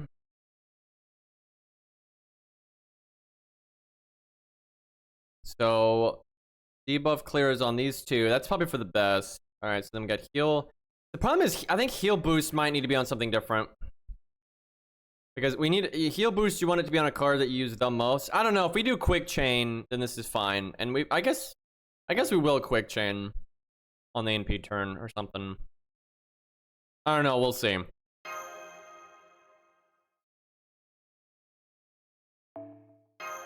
Look at this Canis C saying Canis C in my chat.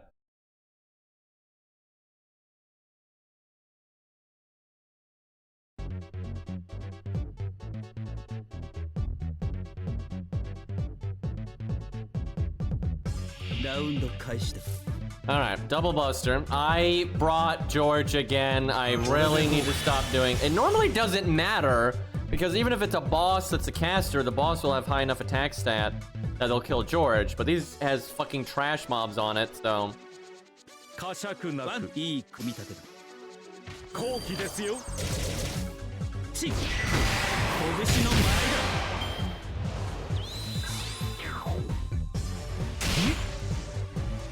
Not a good start. I guess we're getting plenty of NP gain, but you normally get that anyway.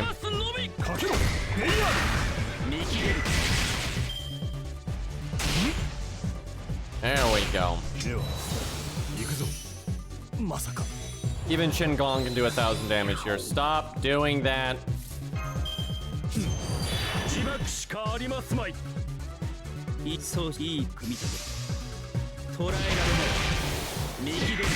Shame we didn't get the other debuff clear command code there. Holy fuck, they never stop.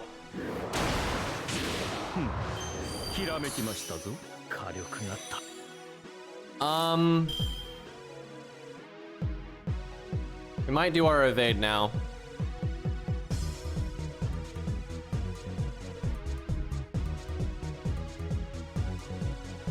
The quick damage though, the crit damage is only 1 turn. So it's a matter of what do I value more, survivability by 1 turn or a bunch of crit damage. I think the survivability, honestly. That's tough though. Alright, I want to make stars. I want to get rid of these debuffs. Probably like that just because of the debuff.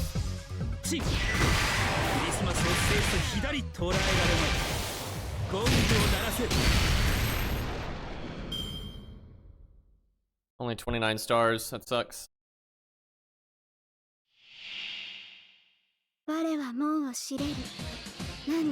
Yeah, Peepo talk. Now I can get debuff immunity, but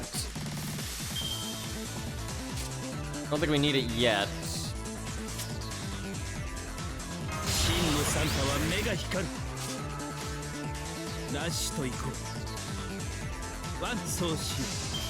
Alright, let's see what we get.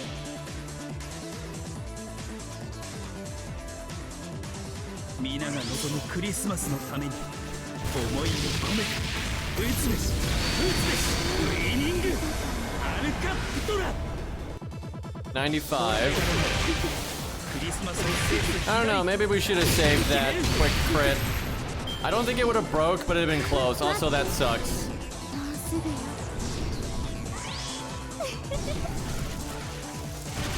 He only attacked us once.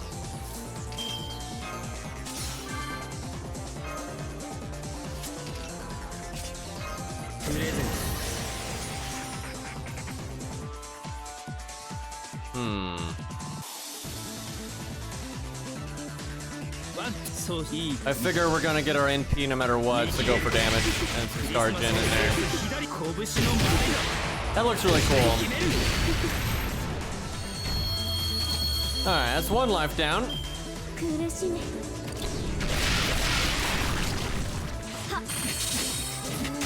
The evade did do well for us there. That's the nice thing about lingering evades is they're going to get max value generally, where if you cast like an evade or whatever, they might just not attack there and it doesn't do so hot. You're going to get the hits no matter what. I guess we invulnerability here, it's as good as time as any.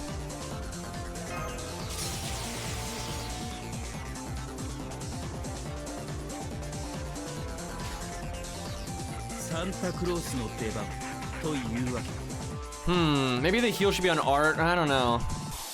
Be nice to be able to do like Rainbow Chain here and get the heal boost heal.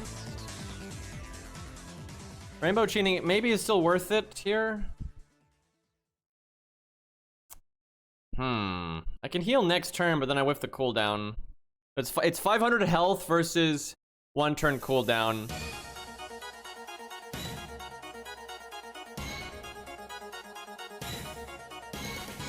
$500 health versus getting it again. 1 turn may not be enough to get it again. I think it will be though. So I guess I do a kind of an awkward turn here, but we'll take what we can here. It's still 1,500 heal, and it's still decent crit damage and stuff.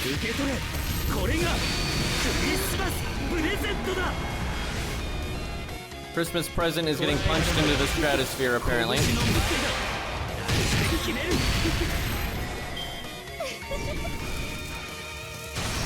No debuffs this turn, lady. Our debuff immunity is going to waste, but I just want the hit count to refund here.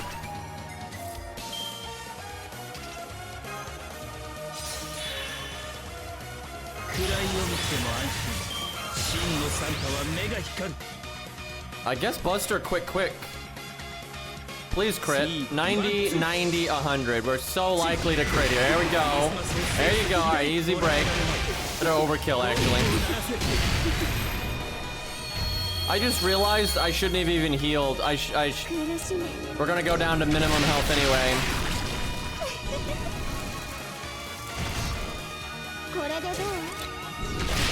I guess you could have Buster crit us there, so it's not bad, but yeah, it's not as good.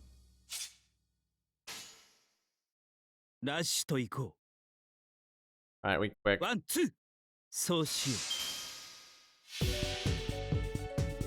This is good music for Karna, Santa.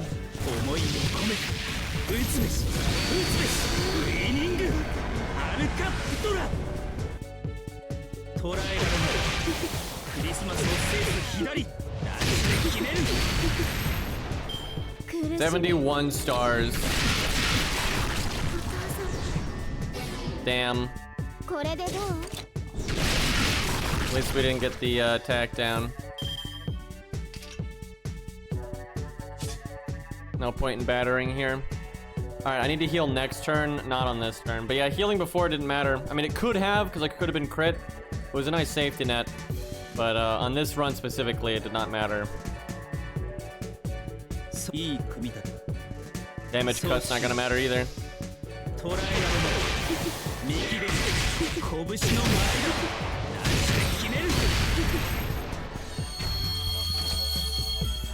Oh man, it's the last health bar. I don't know if we got this though.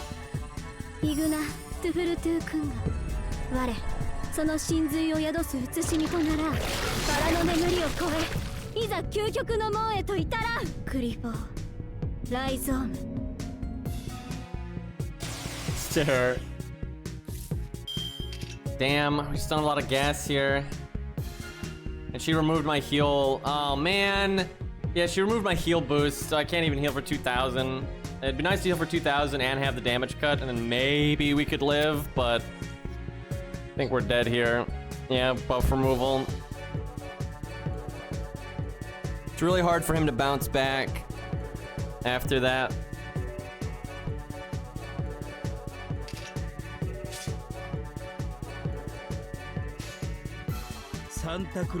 There's a very tiny chance that she does like a quick attack and 2 debuffs. She's certainly done that before. But if I go for that, I won't. I mean, I only have 1,500 health. I'm not sure I could even survive that. I think I just go for damage then. And there's almost no way to live here. Yeah, she'd have to skill 3 times. Which I've seen her do before, but...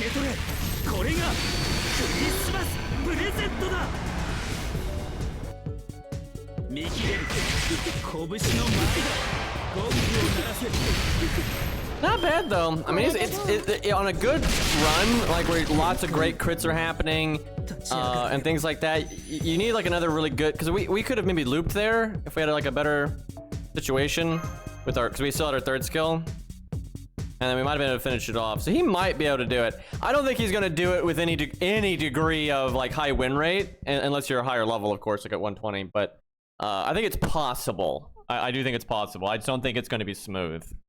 But that's kind of what I expected. It's like he's not going to be as good as Scath and Ku and Kidu and, you know, big solo units like that. But it's not like he's shit either, right?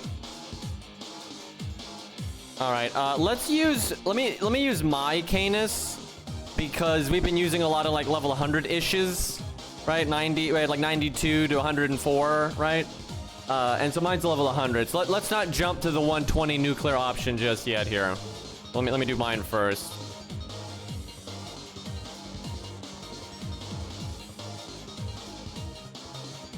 Got so many accounts up right now. Then we got to think about what to put our command codes on.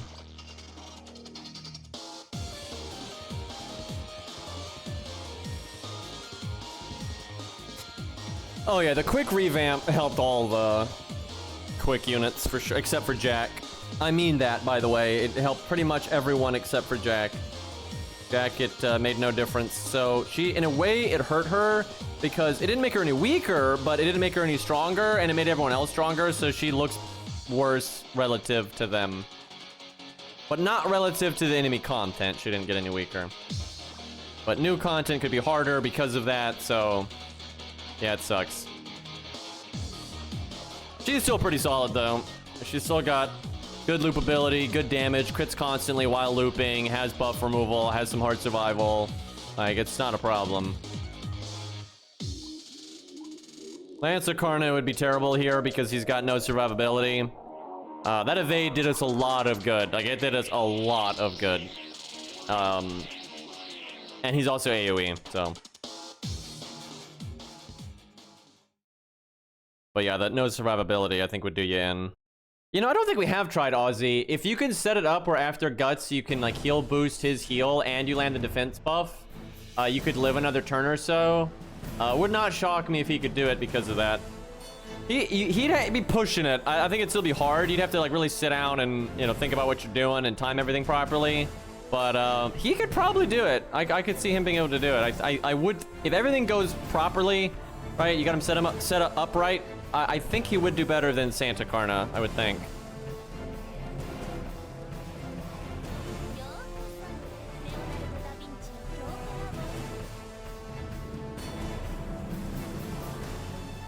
Chad, it might be time to start working on another 120 on my main. The thing is, there's just so many characters I want to grail, like 90 or 100.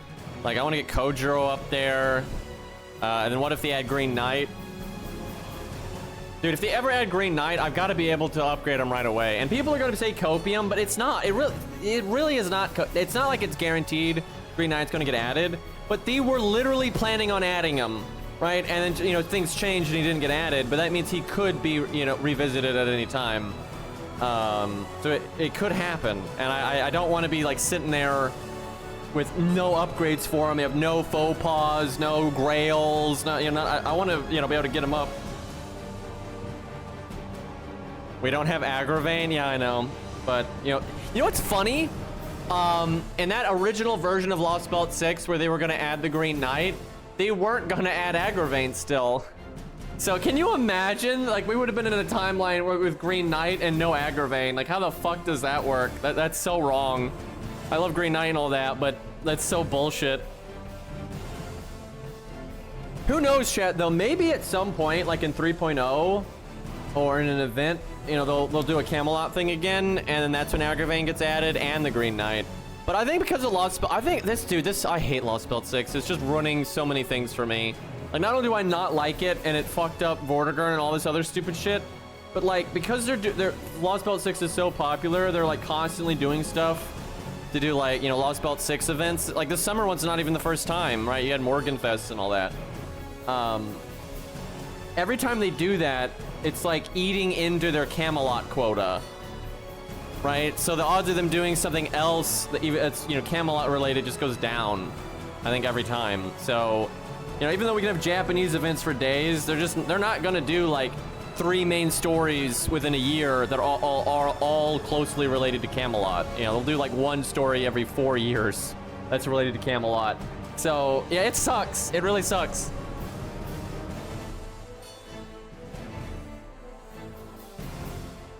I get why Lost Belt 6 is popular. I don't agree with it, and I don't like the reason it's popular, but most people, I find...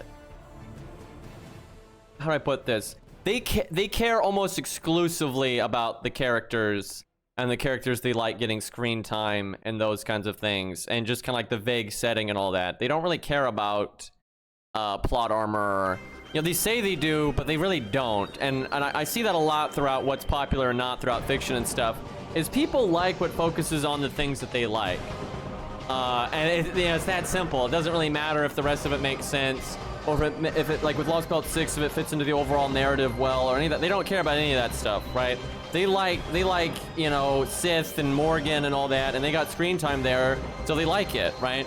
And I think that's part of why Nasu's writing is popular for a lot of people, and it's not for everybody. I mean, but that's the thing. Most people into FGO like Nasu's writing. Like if you think about it, over the years, they've kind of filtered out the people that don't like the style, because a lot of people truly don't like the writing style of Nasu, and they just don't read his shit. They don't read the visual novels and the books and all that. You know, there's more people that aren't Fate fans than are, and that's true for every IP on the planet. Right? But anyway, so if you're not really into like the kind of writing that Nasu does with like the mixture of, you know, slice of life with crisis scenarios and very cart before the horse to contrive everything to focus on the characters he wants to focus on and all that, if you don't like that writing, you're probably not that into FGO's story anyway, right? You don't even have a favorite story because you're skipping. And that's plenty of people, right? Or they're not playing the game at all. Of the people that actually care about the story and read every main story as it comes out, right, or read every event as it comes out, they're the kinds of people that have enjoyed that writing style this entire time, right? Because that's why they're still reading it all as it comes out. So Lost Belt 6 is kind of just, you know, the kind of stuff you expect from Nasu. It really is. You know, you can't really be that surprised Pikachu about it. All of his stories are like that. And so if they've been enjoying it this whole time, it makes sense that they like Lost Belt 6. And there's nothing wrong with that. There's nothing wrong with liking people that or stories that are very, you know, character focused, or you like that kind of filler mixed into the more serious stuff, right? Some people just like that kind of thing, and that's fine. And because it's not like to be like, again, I'm not a Lost Belt 6 fan, but it's not like this came out of nowhere, right? It's not like all of FGO's stories have been like Bakano or something, and then all of a sudden we're doing stories like Lost Belt 6, right? You know, it's not, it's kind of the logical conclusion of how FGO's been written, especially when Nasu does the stories like Camelot and Babylonia and so on. You know, it kind of makes sense that he's going to write a story like Lost Belt 6 when you think about it. So I'm not surprised that it's popular at all. It actually makes complete sense to me. I just happen to not like it, and I've never really liked the way Nasu does that. You know, his style of writing. It's just not my shtick. But speaking of which, here's another random tangent that has kind of to do with the same thing. So what I'm about to talk about is not unique to Armored Core 6, but Armored Core 6 has put more of a spotlight on like Mecha and stuff than normal, right? Because From Software has become very, very popular, and you know, there's a lot of eyes on them, right? Just anything FromSoft makes right now because of Elden Ring is going to get a lot of attention simply because it's made by From Software, right? So, like, as proxy to that, like, because no, I love Armored Core, but Armored Core is not really getting this attention just through its own merit, right? This song is looping. It's getting this attention though because it's made by FromSoft specifically. If some other dev made Armored Core 6 and it had the same trailer, the same music, the same graphic fidelity, you know, everything was the same, it'd have way less attention on it. You know, it just is what it is, right? So it's kind of fraudulent in a way. But I guess you could say, you know, FromSoft has earned the respect that they have, right? So, you know, fair enough. Anyway, my point is, Armored Core, and as such, Mecha is getting like a big spotlight that it doesn't normally have, right? Mecha is normally pretty niche. Especially in recent years, it's kind of fallen off. There has not been a lot of like high-profile Mecha stuff in recent years. But so there's more people talking about Mecha than there has been for a while, and people maybe giving it a chance that normally wouldn't give it a chance. Also, people criticizing it or disliking it, right? They don't like I don't like this Armored Core 6 coming out, right? I don't want to play this, right? So there's just more attention on it. And what I'm about to talk about, though, I've seen this as a Mecha fan, like my whole life, right? I've always liked Mecha stuff. And this attitude I've always seen. This is not a rare attitude, right? So Mecha is niche. And I'll give you another example. Knights in armor, proper armor, wearing helmets is really rare. There's not a lot of anime, books, comics, movies, etc. that will have major characters wearing a fucking helmet, right? And it's a very similar thing. A knight in full proper armor where you can't see them at all. You see none of them. You see like this external suit, right? So you can't see on them. You can't see their expression. You can't see their face. You can't see if they're happy, sad, angry, crying. You can't see any of these things, right? You just have like body language and like how they're, you know, attacking or defending or moving or whatever. And Mecha is like that, right? Mecha is the same way. You can't tell by just looking at it. Looking at a mech is not instantly relatable to somebody. You know, it's very mysterious because you have to figure out what the motivation is through the movement of the mech, or what it's, you know, what it's fighting or not fighting, or that kind of thing. And a lot of people don't like this, and I've seen people flat out say that. I've seen people articulate they specifically don't like knights in armor with helmets because you don't get to see the emotion on the character's face, like in front of you. Right? You can certainly express emotion without seeing someone's face, but it's, you know, more complicated, it's more nuanced, it's, you know, it's more difficult. And even more so with a giant robot, or especially like a more serious mech like an Armored Core, right? It's harder to express what the fuck the character is on about, right? And there's just a lot of people that don't like that. They don't want to have to. What I'm saying is there's a lot of stupid people, but there's a lot of people that don't want to have to dig, right, to get their character motivation or any of that kind of stuff. They want it to be right in front of them. And so Mecha, I know, I have personal friends that are like this, by the way. I have friends that don't like Mecha and they don't like armor and helmets and stuff because it doesn't let them clearly see the characters or understand the characters and that kind of stuff. So they just don't like it. So it's normal that Mecha is not popular, right? It's normal that Mecha is not popular. And so that's kind of a similar situation to, like, you know, people that like. I think it's different though with Nasu's writing, because a lot of people really don't like Nasu's writing. It's actually very divisive. Like, it's not really divisive in the FGO community, because if you're into FGO, you're probably into Nasu's writing, right? Like, I'm the exception here, right?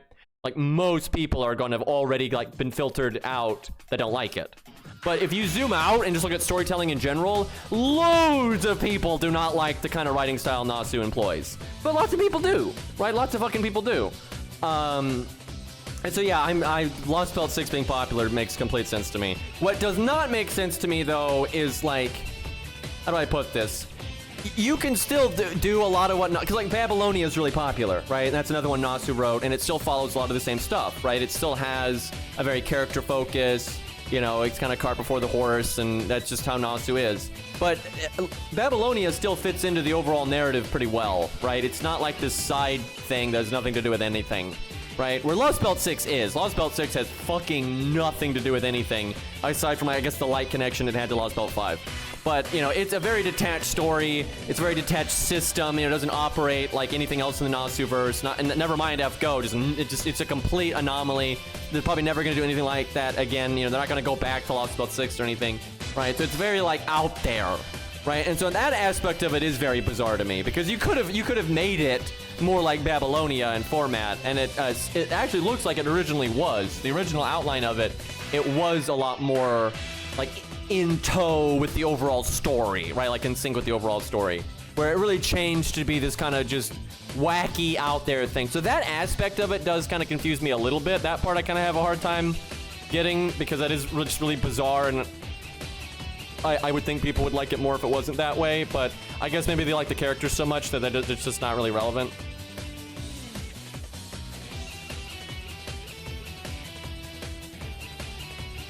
I know people that don't like 5.2.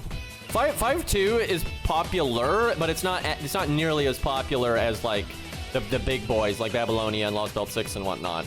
Like, it's been in most liked polls before. Like, it'll be in, like, the top chunk. Right, it kind of moves around. You know, it doesn't get shit on. A lot of American speakers, not Japanese speakers, in my experience, a lot of English speakers misrepresent the Japanese community and try to act like they hate 5.2 when it was literally like 3 people on Twitter that didn't like it. Like they like 5.2 just fine, but it's absolutely not their favorite. And to be fair, in terms of writing style, it's not my favorite either. like, I just happen to like some of the things it's on about, right? I like some of the characters that are there and whatnot, but I do not think Lost Belt 5 is the best story. I think it's the best gameplay, right? I think it's the best gameplay, and it has some, like, specific moments that I really, really liked. Like, just Wadim as a character I thought was really awesome and stuff like that, right? It had moments that I really, really liked. But I don't think 5.2 is, like, the best writing in FGO by any means. Absolutely not. I think it missed its potential quite a bit. I think it could have been a lot better than it was, but I don't hate it. I think the writing is still okay, right? I mean, it's acceptable. And I do like the premise and such.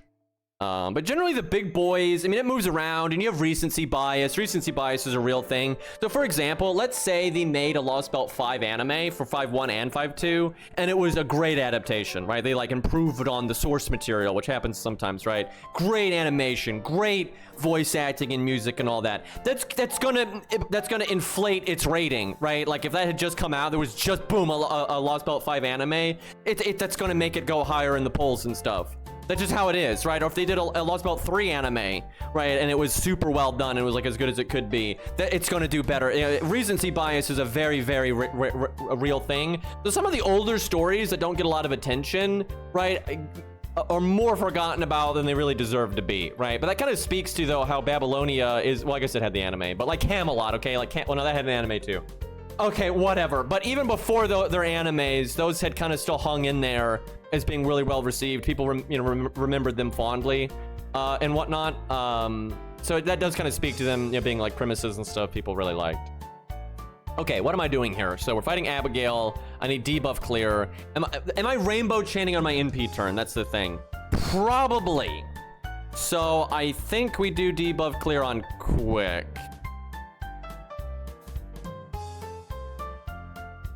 Oh yeah, no, 5.2 is not getting an anime. I doubt. It's popular. People mischaracterize it as it's unpopular, which is just wrong. It is popular, but it is absolutely not as popular as Babylonia, Lost Belt 6, 5.1 even, right? 5.1, like people just love the cast there. I mean, I like the cast too, honestly. The cast was great.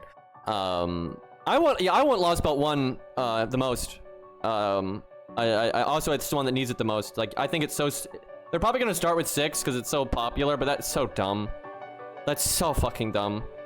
Like, it has nothing to do with anything, and it's also like it's just that you need to do the prologue in Lost Belt 1, right? It's like doing Solomon without doing any of the other stuff, right? It just doesn't work. Like they very much need to do the prologue in Lost Belt 1. And then you can jump to whatever the fuck you want to jump to. Then you can jump to 5 or 6 or whatever. But I think ideally you do the prologue in Lost Belt 1. You can make the prologue like a bonus episode, like episode 0 or whatever. Then you do Lost Belt 1. And you can probably do it in like 12 episodes or whatever. It's not like that long. And then you maybe go to Lost Belt 5 and then Lost Belt 6. And then like the finale if it's done by then. That's like a really smooth way to do it. But they're probably not going to do that. Oh yeah, actually, Lost Belt 7 is really popular. So that's also wrong what you're saying. People, I'm telling you, people, no offense, but people are just bad at this. People are really bad at gathering data, and they get so warped by a few people that they're exposed to saying they don't like something, and they think that's like the whole. Like literally, on the last poll, Lost Belt 7 was number 2. Like, Lost Belt 7 was number 2. And so even if it's not the most liked thing ever, there's no world people don't like it. Right? Like, that's stupid. Like, yes, there's recency bias and all that kind of stuff. Like, if you really zoomed out and pulled everybody 10 years from now, I doubt Lost Belt 7 is going to remain in the number 2 spot. Right? Like, to be fair, the recency bias and all that is inflating it. But you don't make it to the number 2 spot and be unliked. Right, and be unpopular, right? That's just nonsense. Really, the only chapters that are unliked are like Septum and shit like that, right? And yeah, sure, there's some like Copium Nero fans that like it, but there's not that many FGO stories that people are like, wow, that sucked. I mean, there's some events that, people don't like, and that kind of thing, but generally the main stories after like Camelot and on are overall decently well received, right? It's just like not liked as much as some other ones, right? Like they might like Lost Belt 6 the most, but they still like Lost Belt 7, or they still like Camelot or whatever it is. Orleans actually is a really good premise, and it has some good characters and everything. It's just it's so early in the game when their writing was like dog shit that it doesn't really live up to like what it could be. But Orleans is like a good idea for a story, I would say. All right, let's get that debuff clear. It's so hard to do command codes when I'm talking, dude. I would say more Nero fans than not, in my experience, don't like Septum because they can recognize that it's cheap schlock and it's like really dumb pandering, and it also just made Nero look stupid, really. It was like just so on the nose.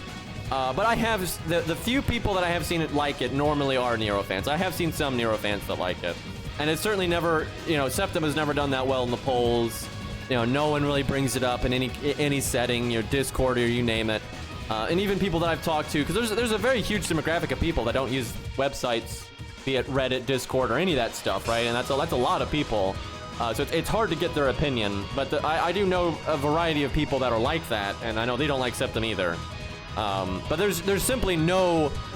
It's hard to say, you know, where Septum is, like how unliked is it, or how minimally liked is it. It's hard to know because there's just hard to get data for that. But there really is no world where it's even remotely popular, I'll put it that way. You know, it's never gotten anywhere in the polls and that kind of thing. I don't know what to put on this last Buster. I mean, I could give her a heal.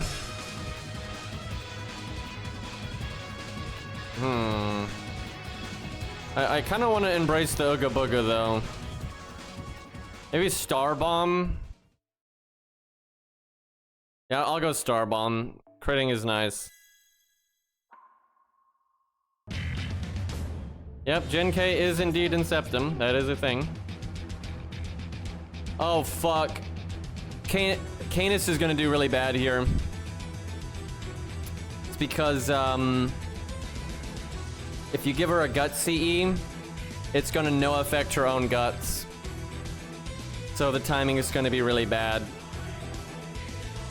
Yeah, gut CEs do not sync up well for her. Damn. Yeah, that's not good. That is not good. This is not gonna end well.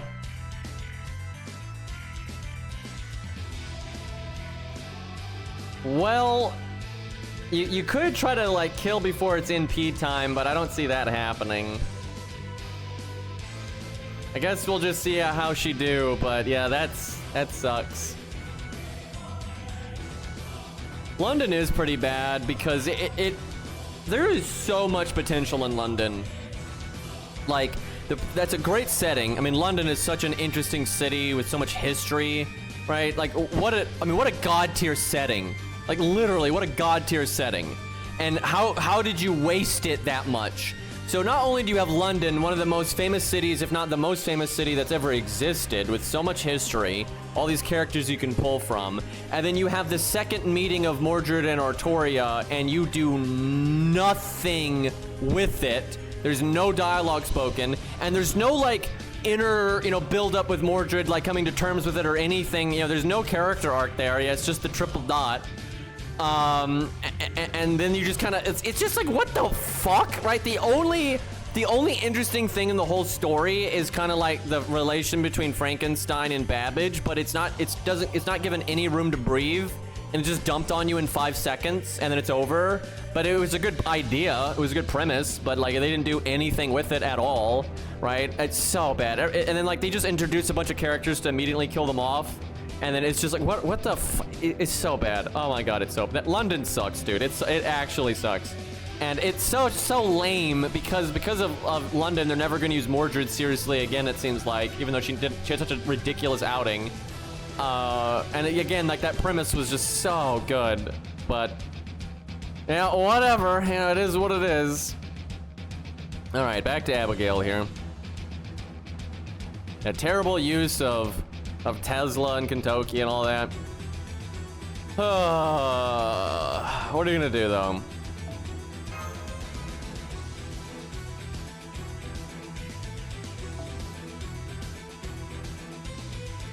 It is funny, though, that I'm a big Fate fan and all that, because I really don't like Nasu's writing. It just is, because I'll pretty much everything he's ever written, I don't like it. I might like aspects of it, right? Like, I like his character writing. He's a great character writer. I think he pretty regularly is able to make three-dimensional characters. They're not always used well throughout the various stories, but like what he actually creates for them with their motivations, their backgrounds, and stuff. is generally really good, right? And I really do respect that. He does do an excellent job at that. But I consistently do not like the way he writes. And he does the same shit over and over again, like, in terms of, like, the style. And, yeah, I don't like it. I mean, I consistently do not like what Nasu writes. And it's just weird that I like Fate because he's, like, the main writer for it, so... It's just, I do like the premise a lot. And I do like his characters a lot. And then the other writers, like Fate Zero, I really like. Fate Strange Fake, I really like. And I like APOC, even though I don't like the anime, but like I actually do like the books of APOC quite a lot. They are very flawed, but there are certain aspects of it that I like. And so this is where like I don't hate on people for liking Lost Belt 6, right? I might get annoyed though when people act like there are no problems with it, or there is, like, they act like there's no filler, or it does fit in with the overall stuff and blah blah blah blah. There's no plot devices and all that when they're just loaded with those things. And when they have, I don't like when people have no objectivity, right? But like, for example, I can accept APOC's flaws, but then the subjective things I like about it, I like so much to say, like, overall, I still really enjoy it, right? But I'm not gonna deny the criticisms of it. That's what bothers me, is people that like Lost Belt 6 or whatever, or like X video game, and then they act like these really blatant flaws aren't flaws or they don't exist. I can't stand that. That actually annoys me. It's like, unironically, I know some people that like, I love Ninja Gaiden. I use that as my example a lot, because I love it to death. And I've seen Ninja Gaiden elitists and stuff that act like Ninja Gaiden doesn't have a shit camera, and they just say get good and crap like that. It's just stupid. The camera is dog shit. Like, yes, if you get good at it, you can use it and it's fine and it won't bother you once you get the hang of it. That doesn't make it a good camera system. You shouldn't have to put up with that crap, right? It's a bad camera system. Right, and I'll see that a lot with, various stories and whatnot. But yeah, I very much accept APOC's problems. It's got some pacing issues, right? Zig does not make a good main character. There's a lot of wasted potential with a lot of the cast.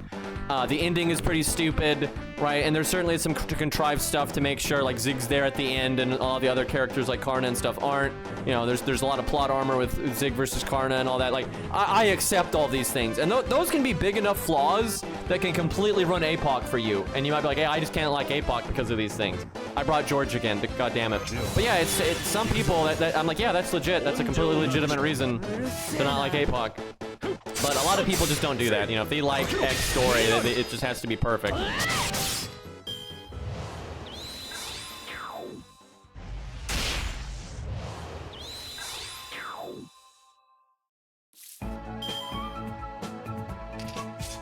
I mean, some of Nasu's stories' premises are bad. I don't mean like in general. I mean Fate as an IP, premise I like. You know, this idea of, because that's what I was talking about. You know, but anyway, is the premise, because I was saying I was a Fate fan, right? Not a Nasuverse fan, because I'm not exactly a Nasuverse fan, because I don't really care for like Tsukihime much and some of the other stuff. I like some of it. It kind of, K&K is pretty good and that kind of thing. But a lot of the Nasuverse I don't really like. But I was talking about the Fate, and Fate's premise I do very much like. You know, the idea of having things from not just history, but also myth, right? A mix of history and myth. You know, and like putting that in anime, I like that. So being able to have like King Arthur fight Blackbeard, the premise of that is amazing. Obviously, the Blackbeard we got doesn't really live up to that, but the idea of that is really good, right? And you see that premise also in like Drifters and shit like that. I mean, most anime stuff, it's not like to be frank, I think that's kind of dumb to act like the premise of Fate is bad. You may not like it, that's fine, but of course people are going to want to see, it's going to be interesting for people to see like mythology go up against itself, right? And seeing like Odin versus Zeus or something like that. Of course that's awesome, right? I think that's kind of stupid to be like, oh, I'm too good for that. I think that's nonsense.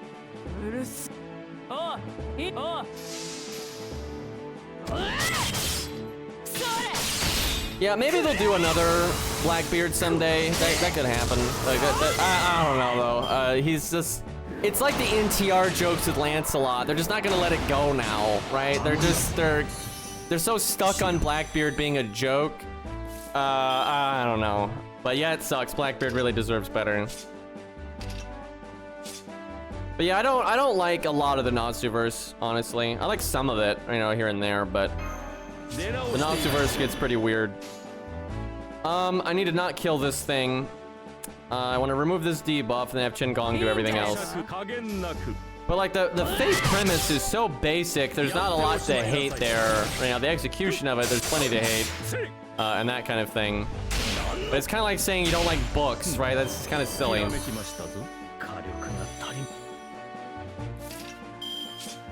All right, let's see here.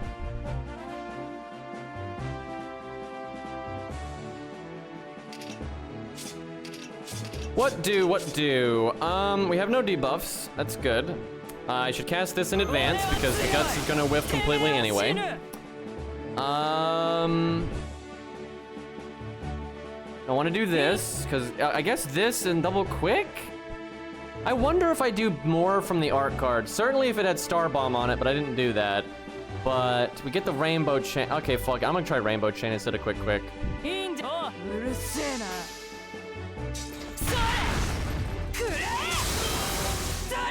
I mean, the whole premise of, like, you know, having history fight itself and whatnot, that's been used many times and whatnot. And if someone thinks it's overused, that's fine too, and all that. But, like, there's just so much interesting stuff in history. You know, history and mythology is like one of the most flushed out things about humans, so. All right. Well, we got 200%, and that's actually not bad for her. I want to whiff the battery. The attack down is certainly okay here. We really want to attack down and damage cut after the boss's NP. That's the only way we don't die right away. Because you want guts to go off like the turn after. So you get like 2 turns out of this skill instead of 1. I don't think that timing is really going to work out though. Well, either way, I'm definitely doing this.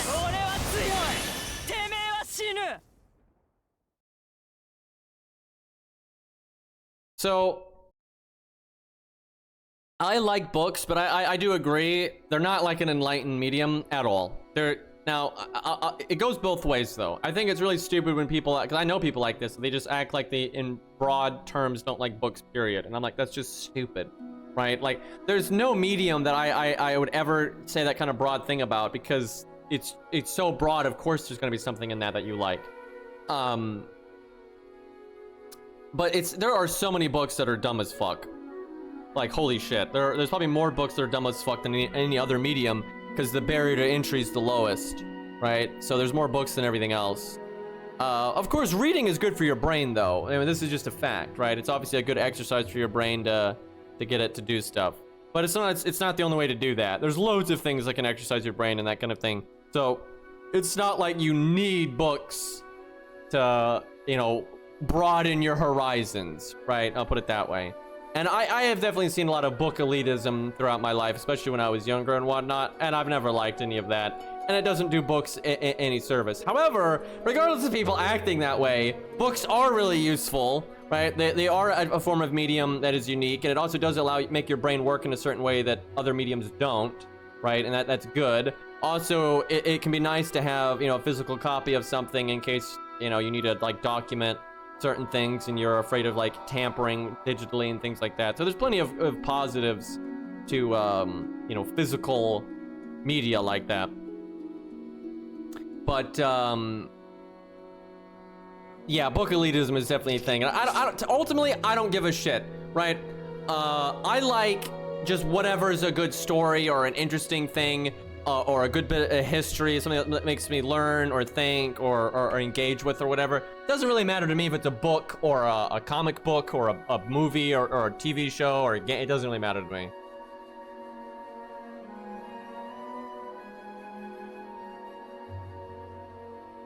That is objectively wrong. What you just said. Books are an enlightened medium because there is no other place where you can find micro information about subjects. They can change your understanding of world events. That's just wrong.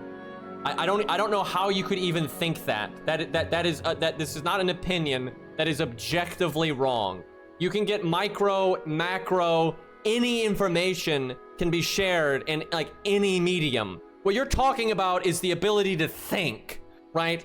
And absorb information or share information. You can write down a piece of information on a rock. You can write it down on a piece of paper. You can record what you just wrote down and say it in a video or a book on tape or what have you. You can, and whatever those ideas are about, you can express through many other forms of medium. You can do it through song, for God's sakes. There is no medium that is uniquely capable of sharing an idea or a piece of information. That does not exist. I don't know where the fuck you got that. That's just insane, right? You could watch a documentary that explores anything a book said in even more detail, or you could write an even longer book and go into even more detail than the documentary did. And then you make another documentary that goes into even more detail. Like, there's no cap on how macro or micro you get about information, regardless of the medium, right? Like, it's just, that's not a thing. There is no bit of information you can't learn in a book, or that you have to learn from a book that you can't learn from somewhere else, right? It might be seen more often in one form of a medium or another, right? And someone might prefer absorbing it in that way. But for example, you could sit, let's say, because I have a lot of family that's worked in fields of history and like museums and all these kinds of things. A lot of my family is very interested in history, I'll put it that way. And so several of them have, you know, worked in various things related to history and that a lot. And anyway, so for example, you could maybe get an interest, let's say, what's the 100 Years' War, okay? You could be very interested in that, and you could get a lot of books on it and read from a lot of different people's perspectives. You could find writings, you could find books that are collections of letters from like actual letters of the time, and things like that, and you could certainly learn a lot about it, sure. Right? You could get you could also, you know, pick biased sources and that kind of thing and get a slanted view of it, but you could certainly, you know, run the gauntlet and read books from historians and read books from the time and all that, and you could learn a lot about it. You could also sit down, you could not read a single book or a single thing, and you could sit down with an actual historian or various historians, right? And you could even find the best historian that's ever lived on the topic, if you got lucky. Right? And you could learn all that information that way. Or you could have a series of documentaries, and there are some good documentaries out there. I know for a fact about the 100 Years' War. There's some bad ones too, but there's bad books. That's the thing. There's a bunch of bad fucking books about the 100 Years' War that will give you shit information, or very biased information, or just objectively wrong information, or very summarized information. Same for documentaries. You can find documentaries that will be very summarized, very abridged, or just wrong, or very biased, right? And that can happen with anything. And you can go to, for God's sakes, you can go to YouTube. You can go to YouTube right now, and I know I can't find off the top of my head because it's been a while, but I remember I found this guy. His videos had like no views. The algorithm did not like this man, right? But this guy had made a series of maybe 3 or 4 videos about the 100 Years' War, and they were incredibly good, right? Now, I already knew a fuckload about the 100 Years' War. I've researched it many times throughout my life. I already pretty much knew everything that was said in these videos, but there was like this guy, he sounded about college age, but I wasn't sure. But, you know, he had a series of videos that were about the 100 Years' War, and they were incredibly good. Very insightful, very interesting, very well put together. And they had like 1,000 views, right? Maybe. I think some of them may not even have that many, right? But shit like that's out there. That's really well made. Also, I have found YouTube videos of people talking about the 100 Years' War that is garbage, right? And they get information wrong, or they're just like reading off a Wikipedia page or whatever, right? And this goes for everything. You can find books that are great. You can find historians that are great. You can find historians that are bad. You can find YouTubers that are good. You can find YouTubers that are bad. There is nothing about books that, you know, elevates them in any way. They're just like any other medium. They're just subject to biasm, or any of that other stuff. Just absolutely nothing.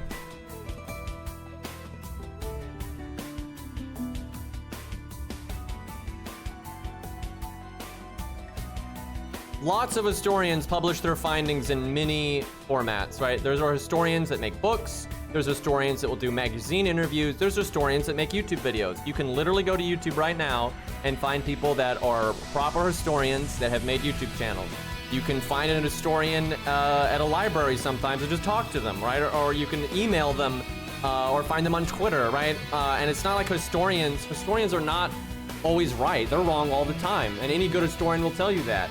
Like many historians are very, very flawed. Nothing about being an historian makes your ideas better, right? The ideas stand independently. Ideas are just ideas, right? And history is just history, right? It doesn't matter where you get the information from. You know, if you get the idea that 2 + 2 = 4 from a book, you're correct. If you get the idea that 2 + 2 = 4 from a mathematician telling you that, you're correct. if you get 2 + 2 = 4 from a Doritos sponsored influencer, you're still correct. Doesn't fucking matter. 2 + 2 = 4, and that's just what it is. It does not need to be a book. It doesn't need to be a YouTube video, but it can be those things. It doesn't matter. I can't believe I'm even having to say any of this, by the way. Remember that one time we had people like acting like the scientific method wasn't actually important? That was a good time.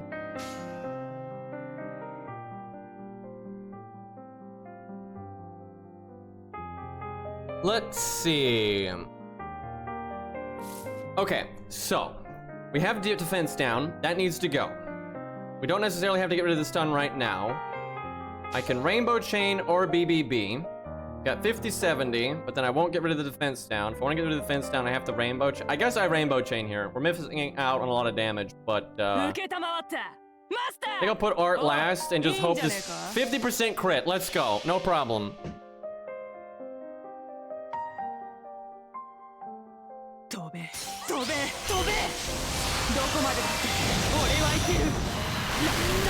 There's actually a lot of, you know, YouTube has grown so much, it's actually pretty easy these days to find like doctors on YouTube or mathematicians on YouTube or you know, all kinds of, you know, lawyers on YouTube. It's very common now. And like, here's a really good example, right? Because this is a real pet peeve of mine. But regardless of it being a pet peeve of mine, this is just the truth. Ideas are just independent of the people that say them, right? So if a doctor says, gives health advice that is like objectively true, it doesn't matter that he's a doctor. It's because of what he said is true, right? So then if Bob is a fucking idiot and doesn't even understand the information that was just told to him, but he repeats it correctly, it's still true. It doesn't matter. And this is something I see a lot on the internet and stuff when people are fighting over stupid shit, right? It doesn't matter who said it or why they're saying it. That's really important, right? So for example, someone could be you know, trying to do something for whatever, you know, reason, like whatever motivation, right? But it doesn't matter. If they share the truth, even if they're sharing it for a malicious reason or whatever, it's still the truth, right? Now, if they add in a lie in there, and that's still a lie, it doesn't matter. But like, if somebody, for example, let's say I make an argument to why you should wash your hands, right? And somebody maybe misunderstands the argument I make as to why you should wash your hands, and they repeat it incorrectly. It doesn't change the fact that washing your hands in many contexts is still good, you know, it's still good. Now that's maybe not the best example because washing your hands is a bit more ethereal than you know, maybe something more cut and dry, you know, white and black or whatever. But I think you get what I'm saying, right? The person parroting the information doesn't change the information. Now they could misrepresent it, right, obviously, and say it incorrectly or whatever. But the idea is just the idea. You know, you can be Bob the builder or a goddamn rocket scientist. If you say the correct formula, right, for like a math equation or something, it's still right? It doesn't matter if you understand it or not, or what your motivation for saying it is. It doesn't matter if it's written in a book. It doesn't matter if it's said in a YouTube video or on TikTok. None of these things are relevant.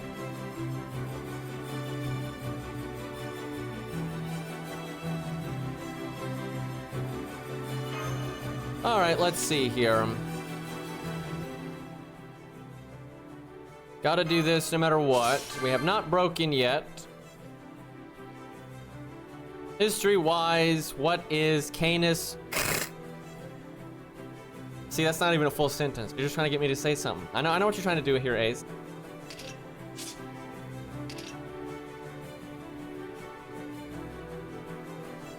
Damn it. That really wasn't that close. That wasn't that close. That was too obvious. You needed a bigger wall of text, but then I probably wouldn't have read it, so. Hey, I haven't said it in a long time, all right? And I said it twice, but that was on purpose because I knew he wasn't here. And it was like, you know, look, Chet, I can get away with it thing. It was a good time. Because we had like 2 streams, I was like really confident he wasn't here.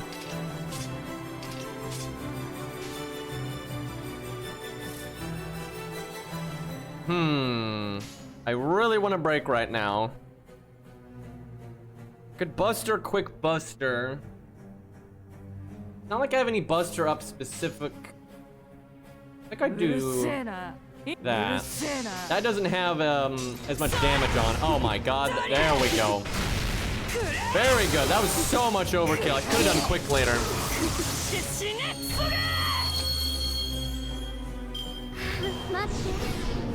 Cat jumped on the keyboard. I was wondering. I was like, does someone have 700 health right now? I was confused, but yeah, Cat explains that. Guess I know where it walked across on the keyboard then.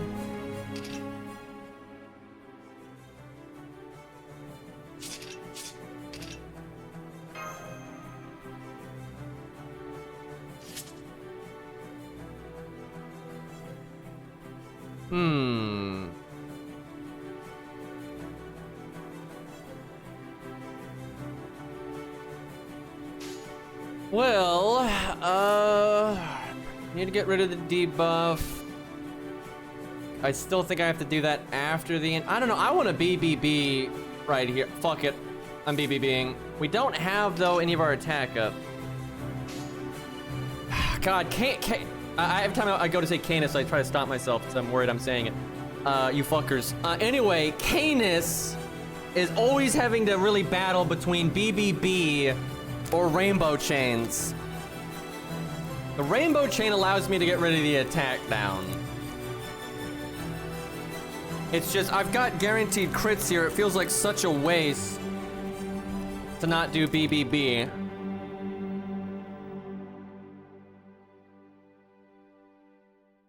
I'm embracing the Ooga Booga. It just feels like the right thing to do here.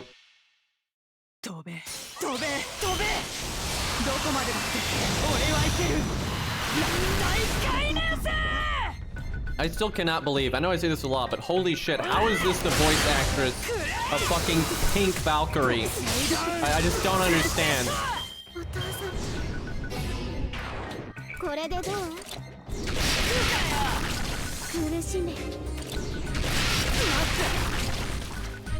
And like, I've heard enough from that voice actress that like you can hear it a little bit between like Plot Monk and Pink Valkyrie, right? Like you can, if you pay attention, it's not too hard to tell that that's the same. And a lot of their voices they do are in that sphere of like between Plot Monk and Strawberry Valkyrie, right? And then Canis is just way the fuck out there. And it's like, what the fuck? It just sounds nothing like any of that.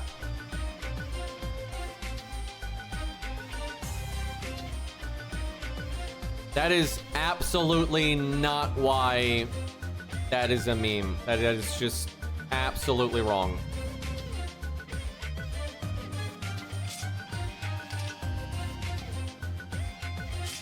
I have 3 debuffs.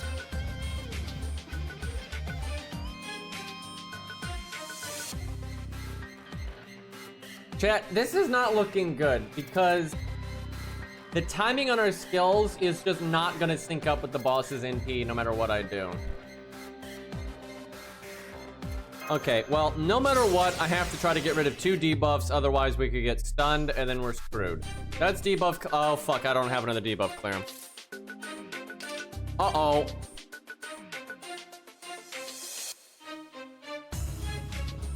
We're gonna be 1 turn off from greatness. So that means if I had the heal boost in the heal, that would be enough for my guts to go off on the NP turn and then cast this after. Maybe I should bring the heal. I don't know though. I like the debuff clear.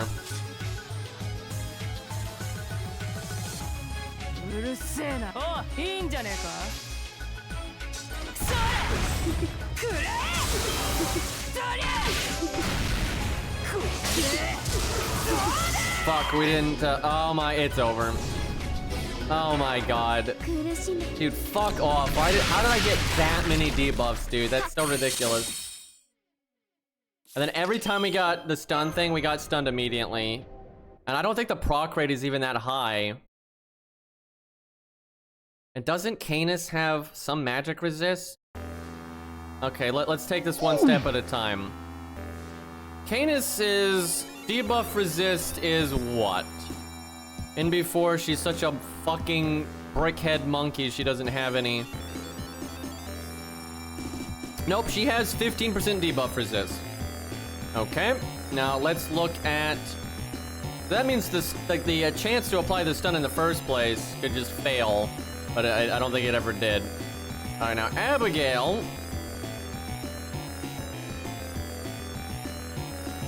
Gets her second skill. So it depends on what her skill rank is. Normally they're rank 8, but it varies. The skill ranks on bosses is all over the place. Sometimes they do have skill rank 10, but not always. So if it procs, it's a 500% chance to stun. So if you're not magic resisting that. However, the chance of it going off in the first place is between 30 and 50%. Right? It varies depending on whatever her skill rank is. It's probably 8. It's very common that bosses have skill rank 8. And if that's the case, it's 44, which means you have a nice little chunk, right? You're favored with a little, you know, it's not quite 50-50, right? It's in your side of the court by 6%. And then plus, obviously, the initial coin flip. So that's just really shitty luck right there. So, chat, I'm just gonna say it. Throughout today's stream, I feel like chat is just drunk. You're just collectively drunk, right? Like, there has been so much just dumb shit or random nonsense or like, you know, just kidding, bro, or whatever the fuck. There's been so much nonsense. You know, we got Near Rosu having his cat walk on the keyboard. Someone just said "C" at me, right? There has been, and like some real peanut gallery comments throughout this stream, right? People like acting like I don't know how RNG is seeded for no fucking reason and shit like that, right? Chat is just drunk out of their fucking mind today, right?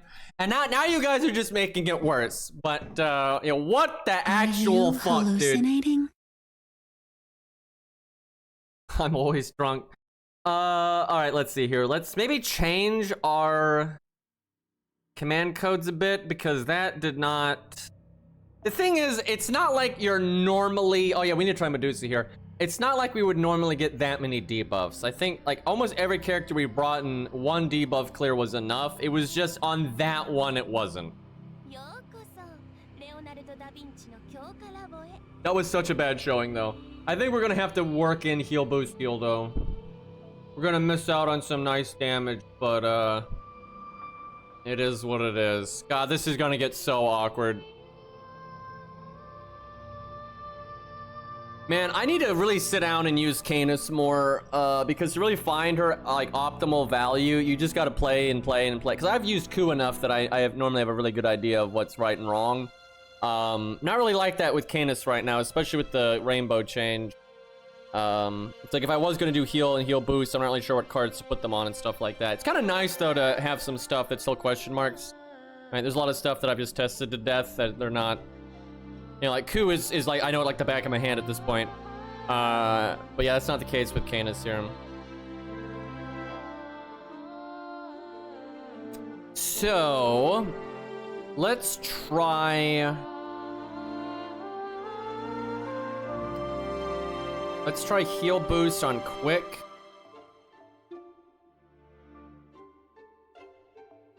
Then we'll do heal on Buster. And then I don't know where the fuck we're putting the debuff stuff. 20% damage is awesome. Like it can just, it adds up with the attack up and the crit up. It can just be such a big number, but I think it's more important that we live here. Am I gonna not use Star Bomb? Be debuff clear on Art. That's really weird. So, am I straying from the path? I don't even know here. I really like having Star Bomb, but we might need to cut that.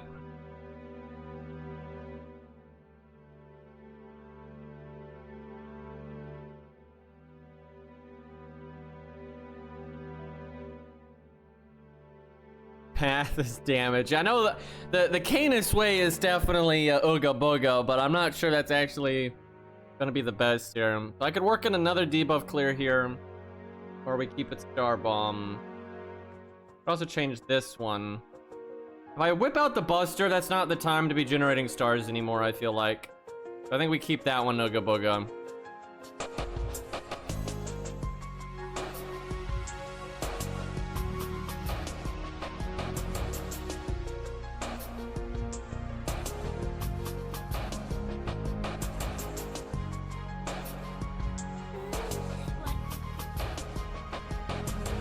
I'm gonna go with just the one debuff clear for now.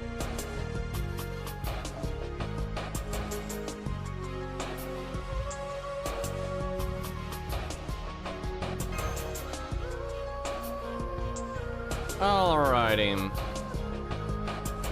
So, chat, said it earlier, but I'll say it again. Billy the Kid is so power crept at this point. He is just so behind the times. Like, holy crap, can my boy get a buff? Like, there are just so many characters now that can NP without needing help from, like, Waver or whatever. By just the passive and their own battery and everything. And sure hit is everywhere on archers and stuff. So it's like, he doesn't, like, he's not special for anything anymore. Like, not even a little bit. Like, he is, like, even now Castoria, not Castoria, Artoria now has got sure hit and all that. So it's just like, he doesn't do jack anymore. And even for like budgety budget stuff, you know, Bedivere can now NP really quickly and easily. Now, sure, the different classes, that won't always matter, but it certainly can if you're got to do it in neutral or if it's a Berserker or anything like that. And he does have a nice hat. But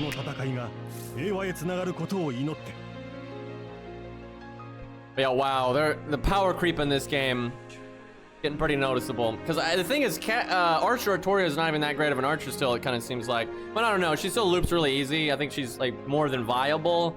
But her damage is pretty behind the times. That's pretty evident, I'd say. But, I mean, Billy's even more behind than that.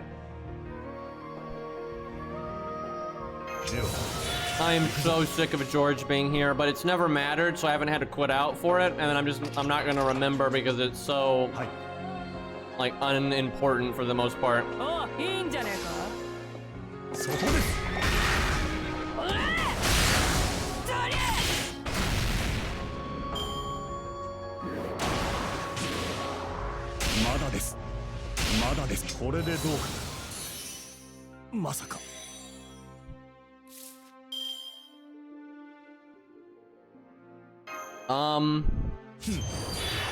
Well, I need to not kill it. That'll do. Then I need to make as many stars as humanly possible. As it does Stargin down.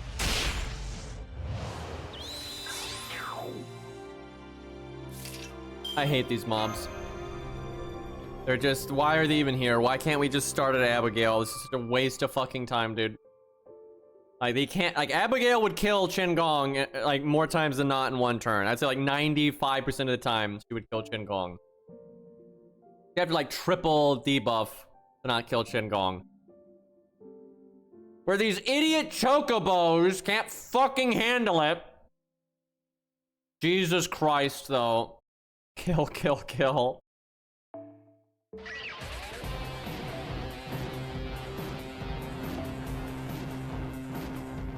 I guess we keep Chen and then, I don't know if this account has a level 1 Scath. My main does. I don't know if this one bothered. There's always Leo, though. It's not as good, but... Where the fuck is anything in this UI?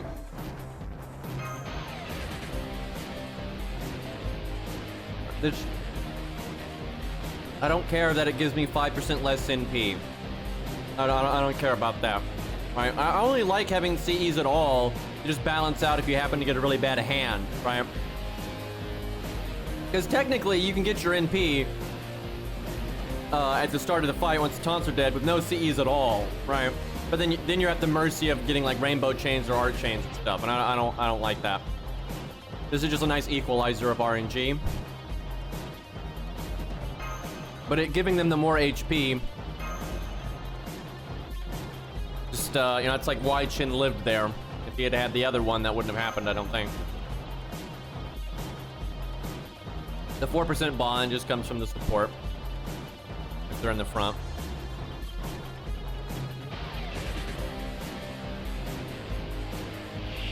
Like it doesn't have to be like Chin Gong. It's not like one of those events where they made, like they did one where like all APOC characters gave you like double FP or whatever. It's not like that. It's just whoever the fuck the support is.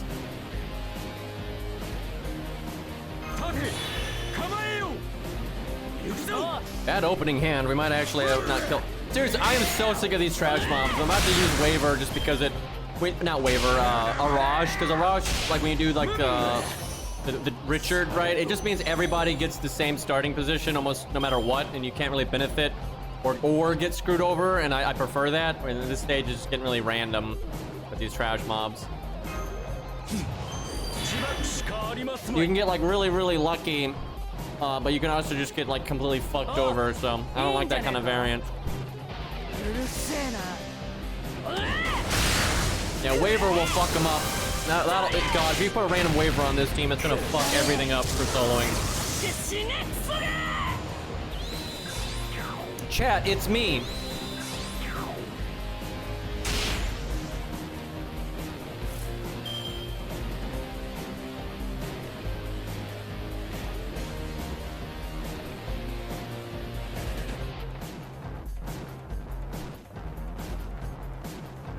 It's twice, man.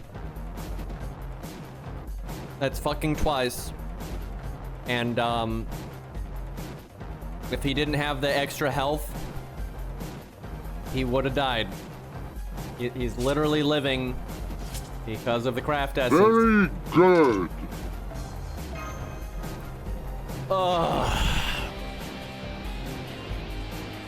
I'm weary, chat. They're wearing me out with this stupid shit. Should have streamed Elden Ring today, but like, no, I want to talk about the Gawwain buff. Stupid. Dumb. Past screen didn't know what the fuck he was talking about. Talk about the Gawwain buff. End up fucking fighting Abigail with Canis and you can't even get to the boss because the goddamn flying chocobos won't kill your stupid ass taunt walls.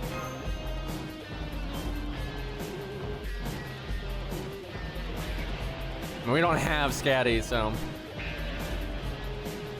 Or Scath, or whichever one. And if it's Scatty, that wouldn't work. That really wouldn't work. So Gawwain did need a buff. He did, and his buff is a interesting one, and definitely more impactful than the other one. But Rama needed it more. Like, Rama is one of the most blatantly outclassed sabers ever, right? It is so noticeable how, like fucking Tuna Boy is him but better, right? It's not great. Now, who the fuck has used Rama for anything outside of just, like, liking Rama? I mean, really. You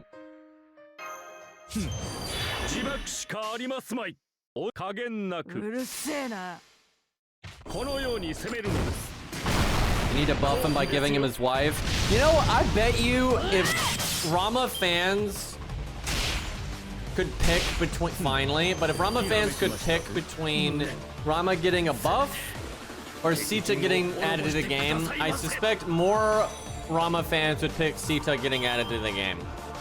Those on YouTube, please comment below. Oh, speaking of which, chat, someone actually said, they didn't say why, and as such, I'm not sure they're telling the truth. But someone said on YouTube that they are a big Siegfried fan and they do not like St. George. Not that they're neutral about him, that they don't like St. George.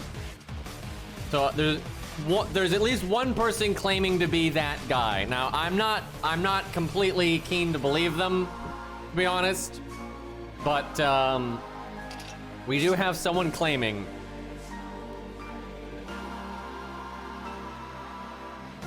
Yeah, if they, I'll have to check. They may have had a follow-up comment I didn't see, because YouTube likes.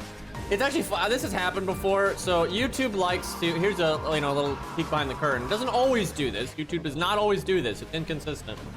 But generally, if you leave a comment, right, if the creator has their settings set up correctly for this, right, it'll send them like a notification, and they can see the comment from like a different UI than being on the video, right? It'll just say this person commented X on X video, and you can reply to it from that menu, right?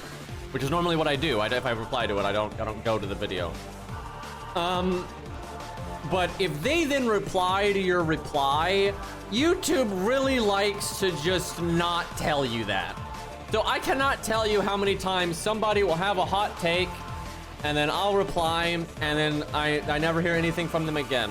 But I have occasionally gone back and like checked the video manually and seen that, oh hey, that person actually left me like a 3-page essay reply, and I never responded to it because I had no idea that they said anything. Now, when a video is new, I'll normally notice that a lot easier, right? If a video just came out and there's a lot of comments popping up on it, or I might actually go to the actual page of the video, then I'll generally catch people's reply to my reply, right? But on like old videos and stuff, a lot of times I'll miss it, and that happens all the time. So I never saw, like in my notifications, I never saw a reply to my reply there. But yeah, anyway, if he had said it, then it wouldn't shock me if I just didn't know. But yeah, I did not see a reason. They did not say. I asked them for a reason, but I've never seen a response. But yeah, they may have responded, and I just didn't get the thing. Okay, so stars, we have. See, we're really lucky now because we have no thing, so I don't have to do the debuff clear. I might do quick first, just to increase our chance of critting. Either that or I rainbow chain. It's just our card don't make a lot of stars typically. I'll try that. We'll see if that extra crit chance amounts to anything. Well, not looking great. I only got one crit that entire time. I messed up. I'm just gonna restart because I'm not dealing with the chocobos again, thanks. I didn't mess up on the hand. I just forgot to click my third skill there. They replied, I found it. I think it's mostly because his character design, and I don't find his personality interesting. I don't hate him, but I would not use him unless I have to. Note, I love you, Green. Keep ranting forever. So, see, that doesn't. I don't want to speak for them because I'm having to like read between the lines here, so I may be wrong. It doesn't sound like they really dislike George. It sounds more like to me that they're very lukewarm about George, right? Yeah, that sounds more like they're like, take it or leave it. I wouldn't use him just for the sake of using him, right? I'd only use him because I want to do like Siegfried things or something. That's what that sounds like to me. Now, I might be wrong. They might really dislike George's design, and even though they worded that as kind of take it or leave it, that deep down, they might feel about St. George as I feel about Meatloaf, which, chat, you don't want to be in the Meatloaf category, right?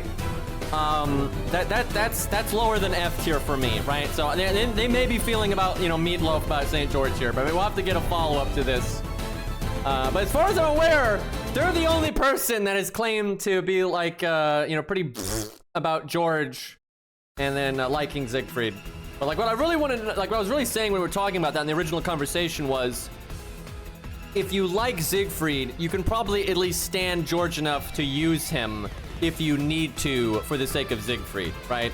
It would only really suck is if you like really didn't like St. George, right? You thought his art sucked, you didn't like his voice acting, and it wasn't that you found, because there's a huge difference between not finding a character interesting and then disliking them, right? It's kind of like if there's just a guy that's just got a personality that you don't jibe with, you're not like drawn to it, but it's inoffensive, right? Because George is generally pretty inoffensive. He's not like he's got like some crazy, opinions. He's not me, right? Like I'm really abrasive and whatnot. St. George is not. So it's hard for me to wrap my head around like disliking George versus being like kind of meh about it.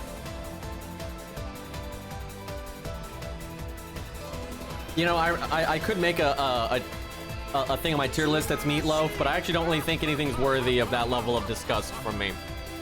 At least not yet. Give it a minute. Past my prime. I see what you did there. Thank you for the 6 months, though. I appreciate that. You know, clearly, chat, I reloaded the stage to cast the skill to change the RNG to try to get 2 crits. And instead, we got no crit at all. That is actual bullshit, by the way. So we just missed out on like 4 stars. I think we made 37 stars before, and now we made 33. So, that sucks. Also, we'd gotten our NP, I think, from that crit before, where now we didn't. Alright, well, 100% crit rate. I like that. Having our monstrous strength, though, and no BBB, I don't like that.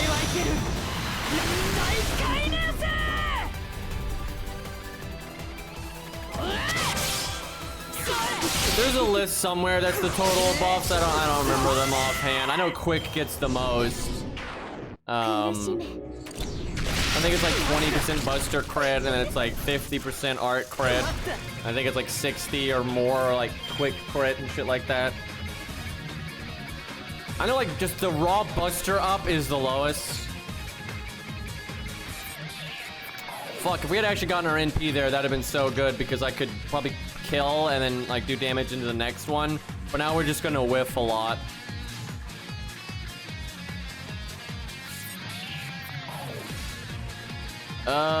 This turn sucks. I don't know what to do here. I don't need to remove the attack down, because I'll probably break even if I don't remove it. However, if I remove it and I don't get stunned and I don't get debuffed again, I could then get the stun.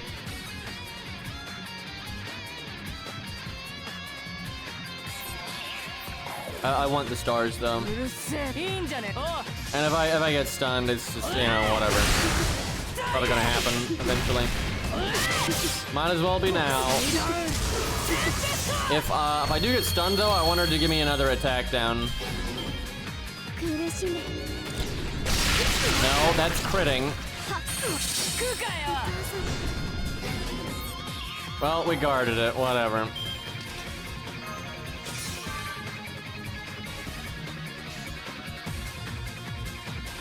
Exactly 50 stars. Yeah, I like that. I need to heal. This is so awkward. Maybe the heal needs to be on the other quick card so I can ramp. Yep, I think he puts heal boost on one quick, heal on the other quick. That way you have the option. This is so awkward. Yeah, this is a terrible turn. Yeah, I gotta redo that. That's a massive hit to my value.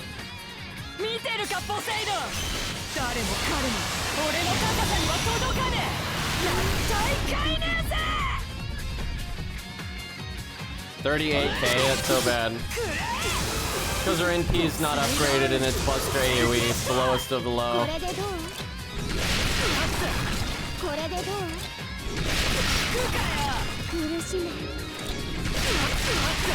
Why did you have to triple attack me there? I'm not gonna get my heal where I want it.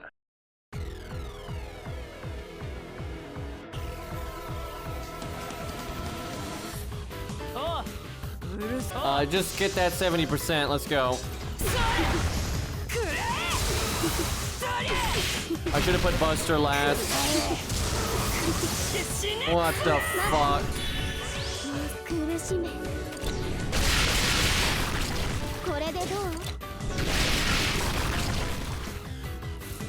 Well, we made it to this turn at least. If I heal boost, she's just gonna remove it, so it won't matter.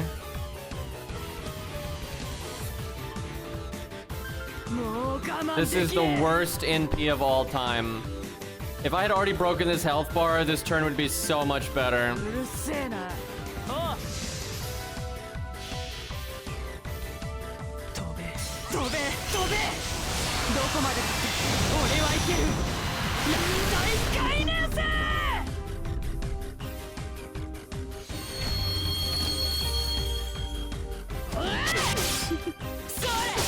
I think we're mispiloting this mech. Wait, did I just use my heal? No, I don't think I did. Did I? I don't think so. Anyway, yeah, we're not piloting this mech correctly. Especially with the command code. Even though there's room for improvement, I'll probably switch units here just for variety's sake, but so here's the thing. We need our guts not to go off here. So the combination of it, don't guard my attack down, you little fucking runt. Like seriously, we need these attack downs really bad here. We need the attack downs and the damage cut to result in us not dying. I got a heal boost heal. Yeah, I gotta change these around. This ain't right.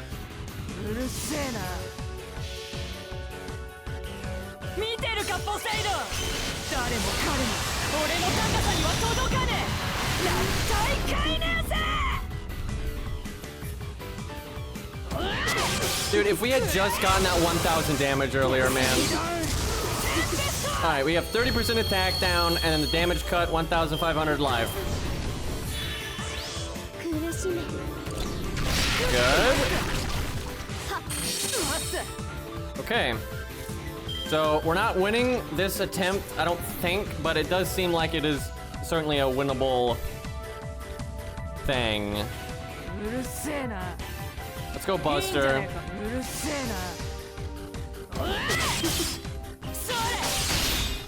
I don't know, we might have this. Holy shit, we didn't even do it right, and I think we might have it. And we're not, this is not 120, this is just 100.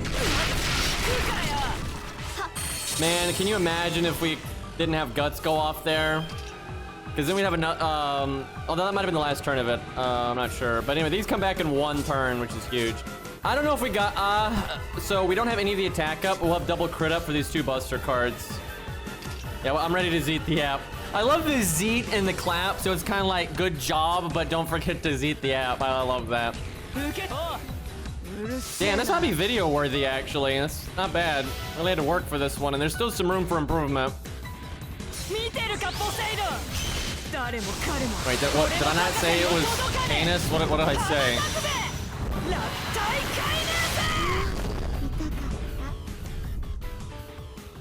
Alright, we got a whopping 42k. That's pretty bad. I think we got it, though. We got double crit buff. Yep, we got it. Woo! I'm not even gonna let the extra attack go off, so I don't have to risk it. You said she might not kill. Well, you know, if you don't have the two attack ups. But yeah, because of the Buster chain, I think that was pretty secure. But yeah, the no attack ups lowers her damage a good bit.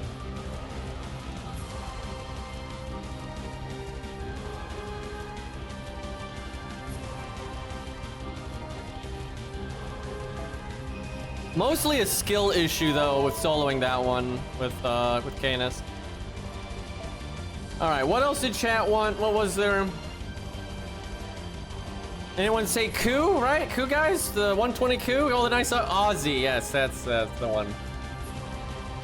I don't know how to pilot that one correctly here either. By the way, chat, the Herc account's at Ort because I like rushed it because I thought for the very first fight with Ort, I thought you could summon a friend support. And I wanted that for a video, and you can't. So I rushed to Ort for no reason.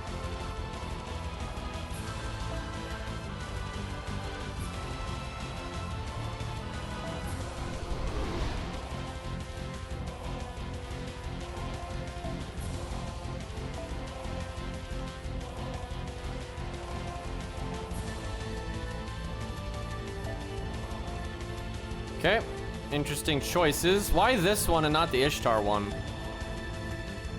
Or even the Gilgamesh one? Because that's 20% crit up, where the Gilgamesh one is just 20% damage, right? Unless she's not a servant here. Which maybe she's not, I didn't actually pay attention to that. Okay, we got this one for debuff clear, we got heal boost there. Okay, so it looks like we do that for Rainbow Chain, and then that one. Now, default is really good for Aussie, but I think you gotta do Atlas here. Maybe not if you had double debuff clear, I don't know.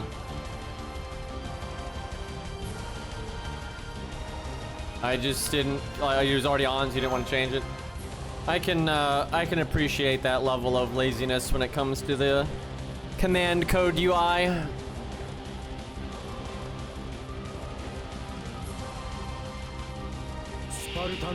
Still have not used Medusa yet, no. We'll probably do that next. Shit opening hand, but what's new? Oh god, we're counterclassing these guys. Probably gonna kill then. Not quite. I guess at 120 and all the bells and whistles, they'd probably kill there.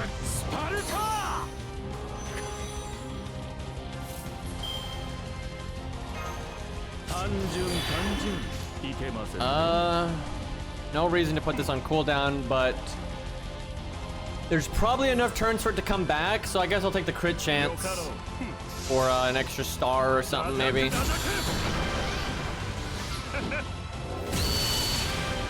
An extra NP gain right there.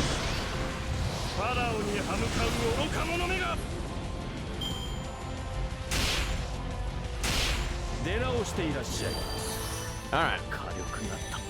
Got one of these debuffs. I can actually get rid of it. So we want to do... Fuck, I'd want to do this first to get rid of it, but that's not worth it, I don't think. I don't have to do. It removes the debuff before you actually attack, so the quick card will still get the better the star gen. And that's the one that really matters. That and the extra attack. Probably only missed out on like 2 stars there. Maybe. Might not even. Depends on RNG, really. Art card can make fuck all. Yeah. Bloodborne looking ass. Weirdo kid.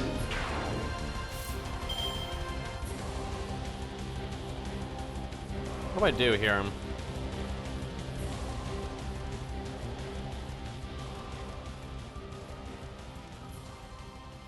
Is there any world where I just NP and I don't cast the skill? This is so awkward. The thing is, then you whiff the cooldown reduction. You know, I wonder if it's worth whiffing the heal to get the defense up now. And then maximize the cooldown reduction. The thing is, it's a pretty big heal, and I could do heal boost, make it even bigger heal. But maximizing cooldowns is really nice. And then the defense up means you don't need to heal as much.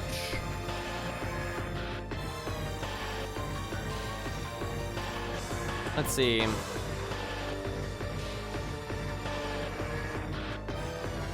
The first skill is a lot better if I wait for the NP. Fuck it, I'm NPing without casting a skill. I think that's the right thing to do. So that means I want to cast heal boost. But then I would have to not do the 60%. I don't like that. That's probably worth it. I mean, it's a 50%. Thing is, it would have been 80% crit, which, you know, with this voice actor, I don't know if that would go the way we want it to.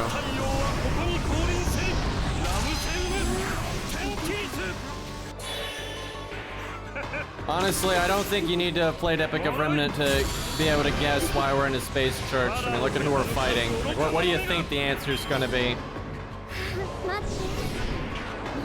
Because whatever you think it probably is, it's probably right. Let's see.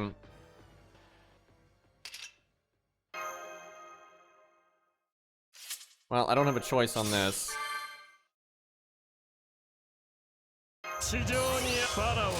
Actually, whiff the chunk of the heal there. This is the servant verse. I don't believe that's actually the thing that you thought. I don't think this is very complicated. Like, oh geez, chat. I wonder why the background might look this way. Like, I wonder what it could be.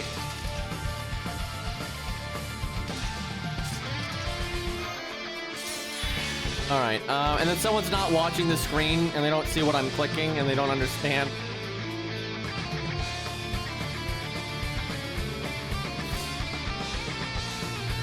God, if we could have somehow looped there. It's not really a reasonable ask, but my God, that'd have been nice. Probably should save the heal. I'd like to do the damage cut, but heal boost is fine, and it's got the higher crit. 30, 170, so we are very favored to crit-wise.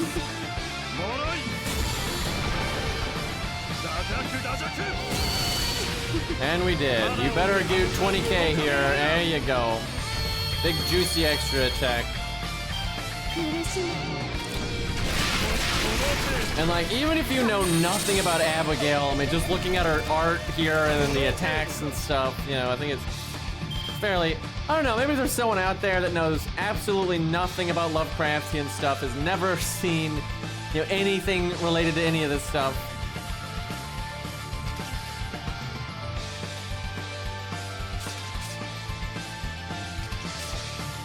Let's see.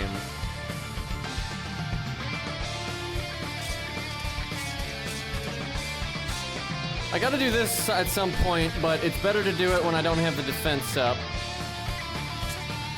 Hell, I could have done it on that first turn, actually. So we get the cooldown reduction here. We still just rainbow chain though, but what if, I'd like to heal though. You know what, I kinda, well, I almost feel like we should switch around the heal and the debuff clear, but I don't know. Because then I could rainbow chain with heal boost. I think that's where I mess up with Canis. I think you want to be able to rainbow chain and heal boost into heal.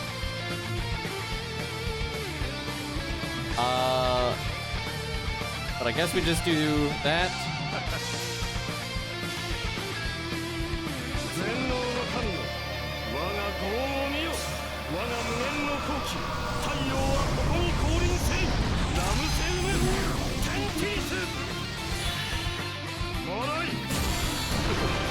Hey, crit. Do it again, do it again. Not deserved, but I'll fucking take it. Love it. That was such a bullshit crit right there.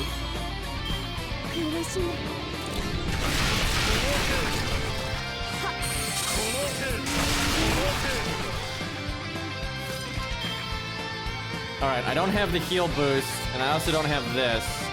But I do have this sun. So I think I can go ahead and fire this off. And we'll do that next turn. So I have to use this card.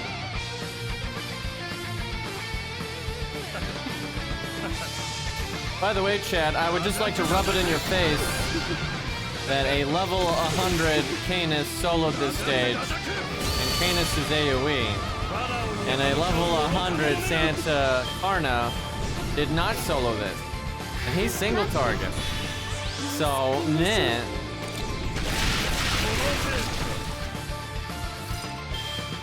Alright, now, this is a really good time to cast my second skill, but it is not a really good time for the battery. But you know what? Fuck the battery. We take the good stuff. Wait a minute. No, I should not have done that. Uh-oh, I think I just threw. God damn it. I should have done that after Guts went off. If it was me playing, he would have won, obviously. The audacity. And when I met this guy, he was just an ace of clubs, man. The lowest suit in the deck, by the way. And now he's over here, got big britches, thinks he owns the world, thinks he's so important. Look at this guy. All right, let's see here. By the way, I've always resented the fact that clubs are the lowest suit in the deck because I like clubs. So I've always thought that was dumb, but what are you gonna do?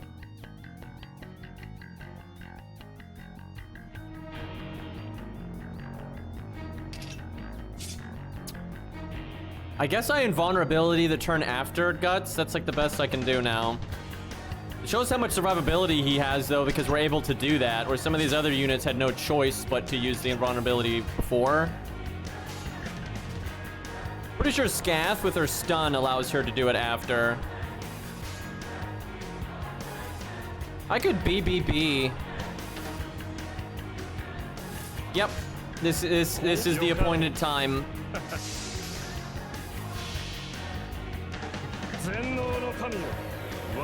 Although our skill seal might actually fuck up the timing. We'll see.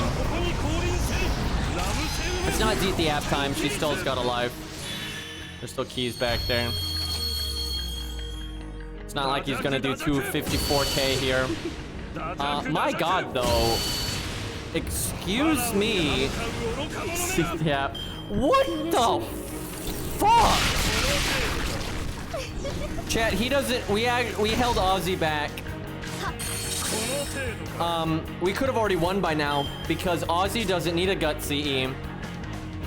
We could have done like what's that CE called? Like another ending or Victor from bullshit or whatever. You know, it's got the 2,400 attack and the Buster crit up. We could have done that. We could have done Golden Sumo, obviously. And with a proper he would have won last turn. Absolutely. We could have won by now. For all these turns we've been fighting her, we could have made up for that much value with a better craft essence for sure. But yeah, we held. Didn't even get her NP, pathetic child. I know, right? This is impressive. I gotta say, this is not a 120, right? This wouldn't be very impressive to accomplish this at 120.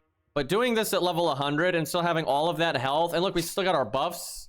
Look at that, we still have 2 turns of defense up, right? And we're gonna lower our cooldowns again and stuff, and then we have still have the invulnerability. Like, are you kidding me with this? Well, she's obviously dead here because I can rainbow chain and have really high crit, and then we got attack up and defense down. So I mean, even if I didn't crit, I think she's dead because yeah, attack up, defense down. So she's fucked. But yeah, if we had a better craft essence, we would have won last turn. At least last turn. We would might have won even sooner than that. That is really impressive, actually. That is like, wow. If we ever do the Aussie experience, that'd be snuck in there.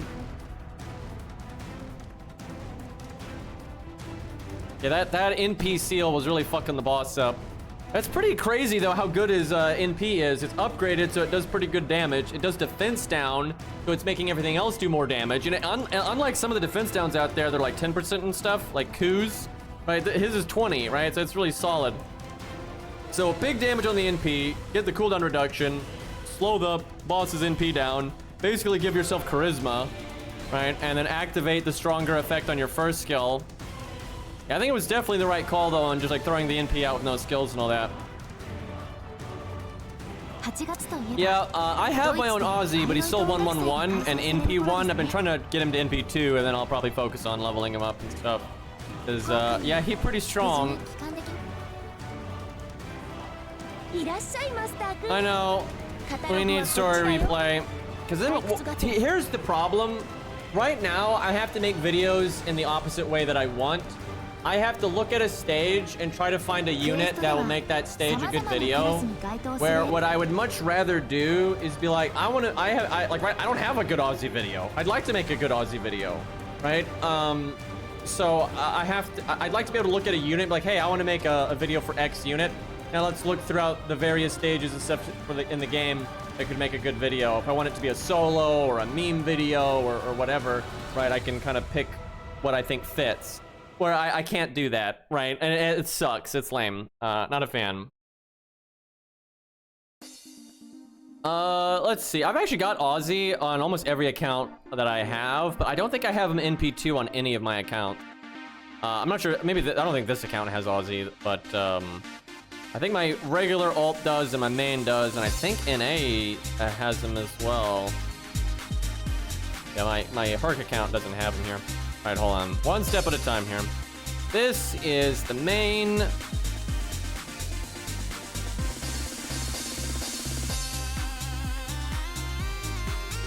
I forget Twitter exists all the time. I never use it. I never use Twitter for the reason Twitter exists. You know, I don't scroll Twitter and look at. So I don't do any of that. So I just never even think to post that I'm streaming on Twitter or any of that. It just never even occurs to me. All right. Yeah, I got Aussie. Okay, excuse me, he's 511. My apologies. Yeah, NP1. Big oof. And then the alt account.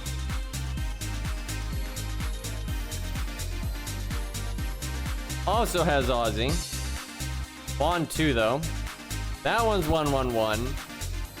And NP1. So, yeah, it sucks. If I could put these two Aussies together, on either account, I'd be very happy.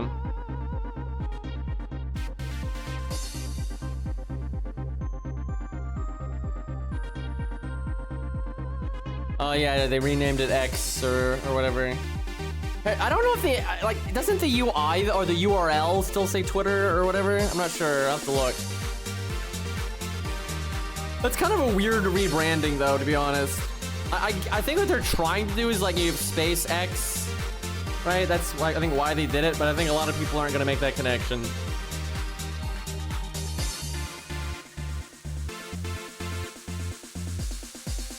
You still tweet? Yeah, that is kind of strange.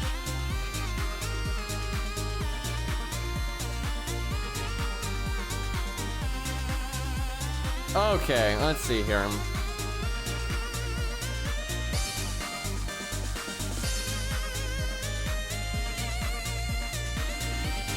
Let's do Saber Medusa real quick. I probably should not have closed the Herc account there. I just had so many tabs open there for this fucking game. She can probably do it. Like, from what I've been seeing for other people doing it and stuff, I would think she can do it. Although it's not a good fight for her because the enemy does have debuff resistance. If they have magic resist, your odds of stunning are so crap.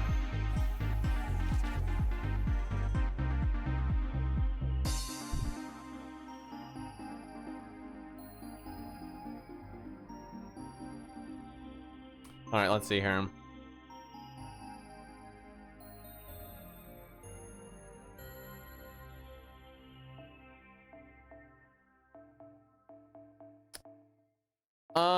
Well, I think heal boost on quick is pretty safe. Unless you're wanting to rainbow chain and do it though. I mean, she likes to quick chain a lot, but... So here's the thing. If you put it on rainbow chain, like heal boost and all that, you'd have to rainbow chain twice. I think we put it on quick, because she can skip one of her quick cards and just not use the heal one. That's the pretty big benefit of having 3 of a kind. Or if you have 2 of a kind and you're wanting to do the chain with the NP, you can't wait to use a cooldown, right? You can't leave it out. Here's all.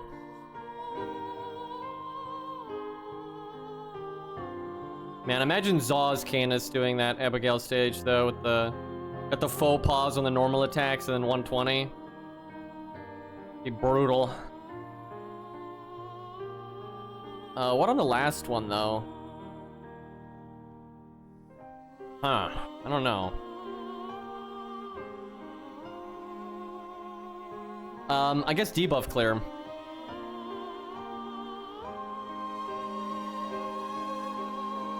And then I guess a second debuff clear, because we're not going to use the other cards that often. But just in case we're in an emergency and I need to remove 2, I don't mind having that option there.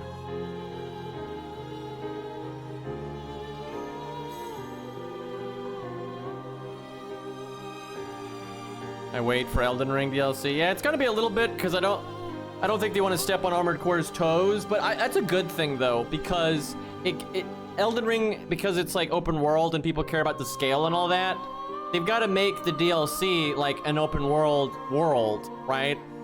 So that takes a lot of development time. I don't think it's a coincidence that it's taking so long for Elden Ring DLC when all the other games didn't take that long, right? So it's probably for the best. But yeah, legit, I care more about Armored Core than Elden Ring, but I'm sure I'm in the minority on that one. Elden Ring is, you know, really beloved. And I mean, it deserves it. It's a great game. They did a really good job. The boss design obviously is not my cup of tea, but... What on Buster? I mean, surely if I use Buster, it's gonna be on a crit turn, so I could do... just crit up.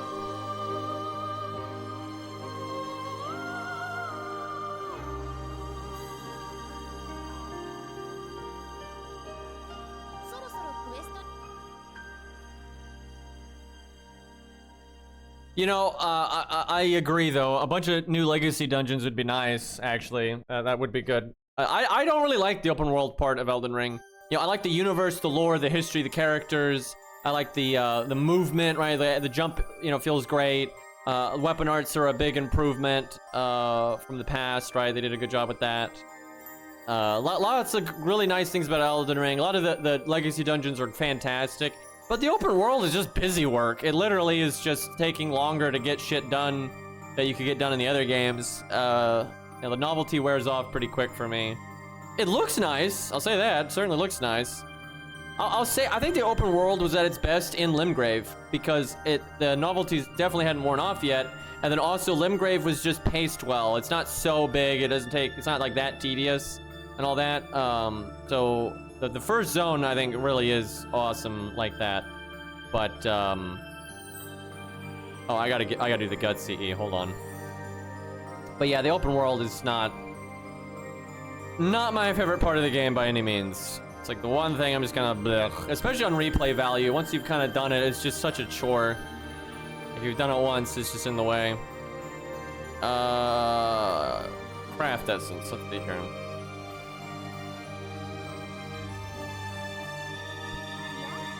Nope, not that menu. That's the one. Where's Medusa at? There she is. All right. I'm not confident she's gonna be like Ozzy. That's a real power play though if you don't give him a gut CE, but so far Ozzy is the only one that could have pulled that off. Okay, music's looping again. It tends to do that.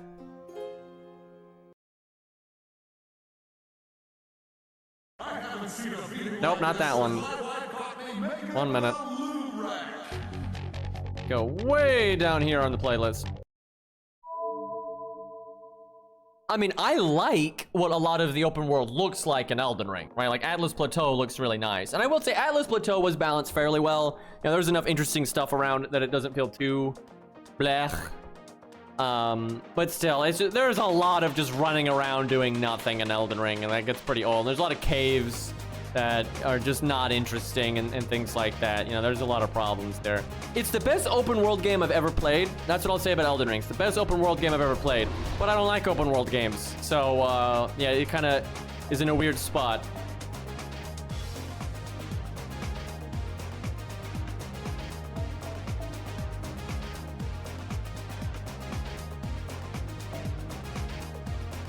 All right.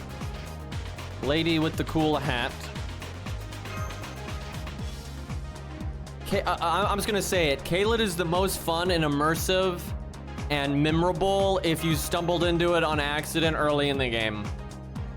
If you didn't ever go there because you never needed to go there, and you do it late game and you overlevel everything, it's just the boringest, worst experience ever. The sooner, and also Caelid is harmed by the game being open world though, because if you're like, oh god, this is fucked, you can just teleport out and come back later when it's not so scary. You can't get trapped there, right? And that's why I don't like open world games. Like, for example, if you stumbled into Blighttown early on in your Dark Souls 1 playthrough, you're in for an experience that you're never gonna forget. You're gonna hate it, but you're gonna remember it forever, and it's you know, it'll be such a relief when you get out of Blighttown, right? Like, you'll have a relief like you've never felt, right? You just can't have that in a game like Elden Ring. It's not a thing.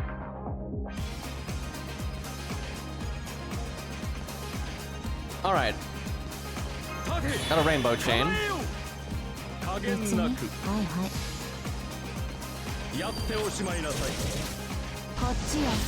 So apparently these said they were planning on making Saber Medusa a 4-star.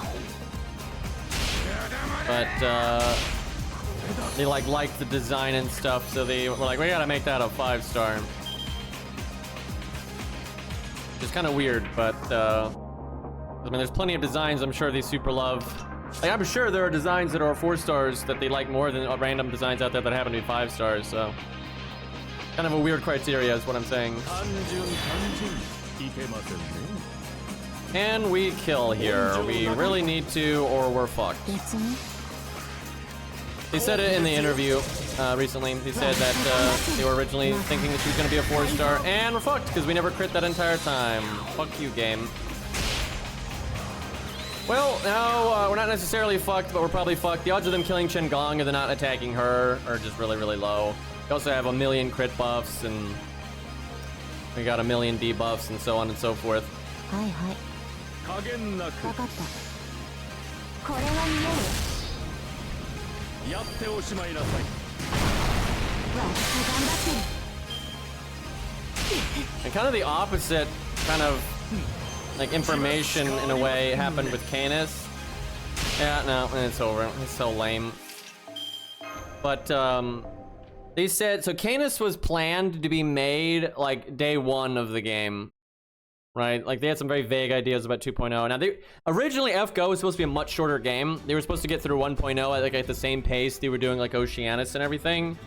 And so none of these stories were supposed to be this fleshed out. We weren't supposed to have Epic of Remnant, and there's probably going to be less Lost Belts originally, and it was going to be like a way more brief story. I think they said this was so long ago. I think they said the game was supposed to last 2 years, and that was pretty much it. So it was even like 1.0 in a year, 2.0 in a year, and that was it. But obviously, they've dragged it out a bit more than that. But anyway, so Canis was a concept and was planned to be added, you know, in the 2.0 era from like day 1. And they had already decided they were going to be 4-star. But you know, they didn't get around to doing anything with Canis for ages and ages and ages and ages. And so like their actual role in the story wasn't like super clear yet and all that kind of stuff. And like how strong they were and all that wasn't clear yet. And they obviously stuck with Canis being a 4-star, but they've even joked about this in an interview. You know, she's so powerful, like lore-wise and stuff. It's like, why is she a 4-star? Doesn't make a whole lot of sense.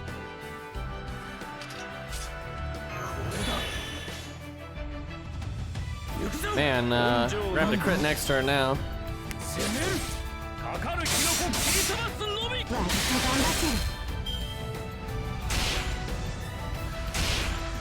And King Asan was planned from day 1 as well, and his design was finished day 1 actually, I think, or near finished or something like that. I like how I have 1 card. It's getting kind of stupid.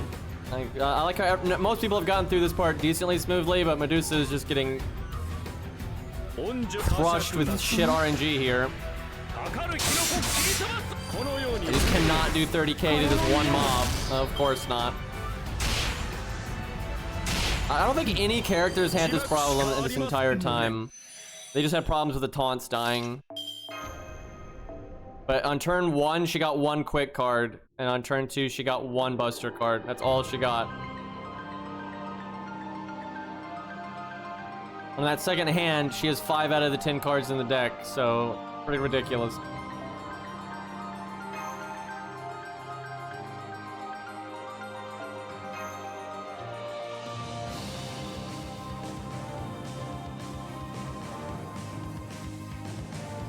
Yeah, I know some of the voice actors and stuff have said that like they did the recordings way before the characters got implemented and stuff.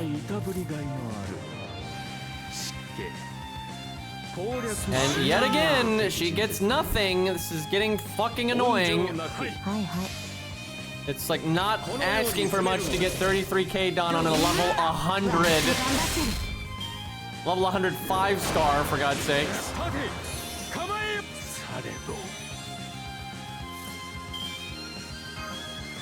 I don't think that's going to work. Also, now we're having to use the heal. If we crit, it might work. Especially if it's the art card. Like, no. How has she failed 3 times? I don't think anyone else has failed this ever, and she's failed it 3 times. Also, that's happened twice. Why is her luck this bad? It's not even a Lancer, for God's sakes.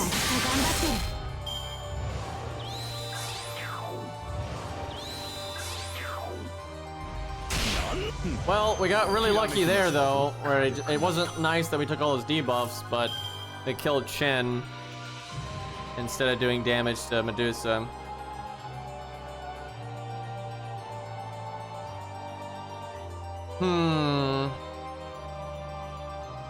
Don't like having that much Stargen down. It's probably 60% Stargen down. Probably do my 3rd skill early. Kind of whiffing the crit stuff, though, if I do that.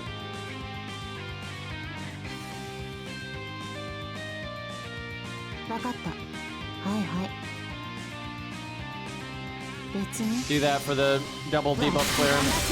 邪魔なんだから見えなくて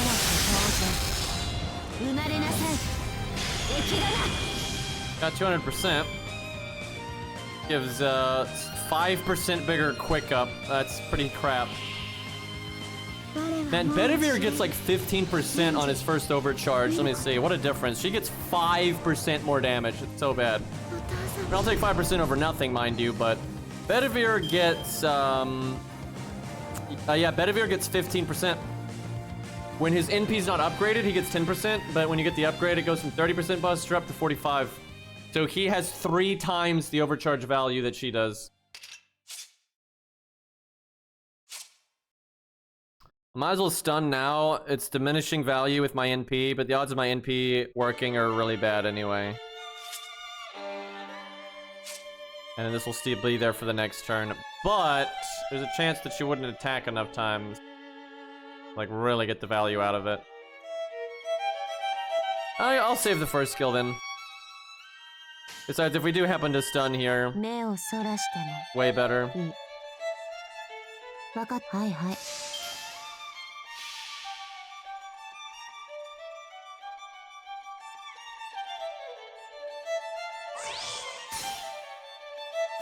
Yeah, we might have been at alignment disadvantage, but we weren't getting any cards, so その光 that は was the 怪 main 物を thing. 生み出す I have no idea what their attribute is, though, on those Chocobo 母 fuckers. たる私が見届ける極限解放クベレイ Wow, we stunned.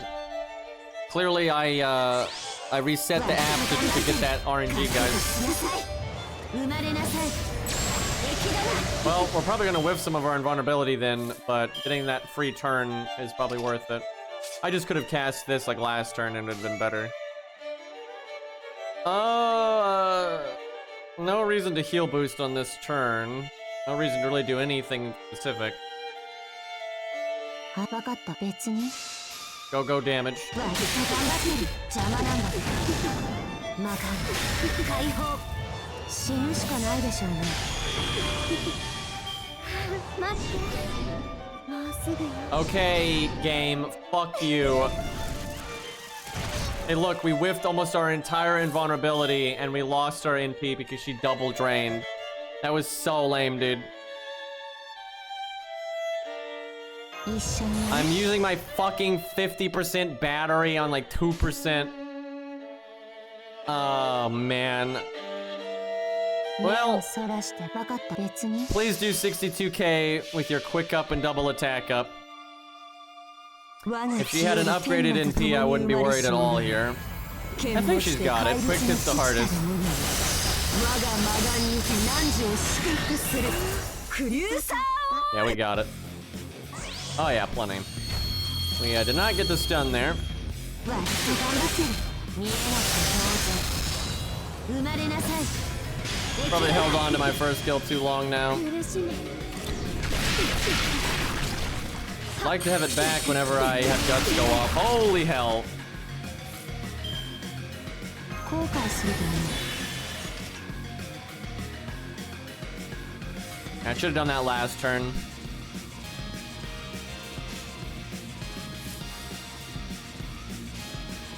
目をそらしてもいいはいはい別に Wait, did I not heal boost last turn? I'm missing out on 500 HP here. That sucks. 脈動せよその光は怪物を生むるつ母たる私が見届ける極限解放クベレイわっと頑張ってる覚悟しなさい Man, she just double guarded me. 見たことある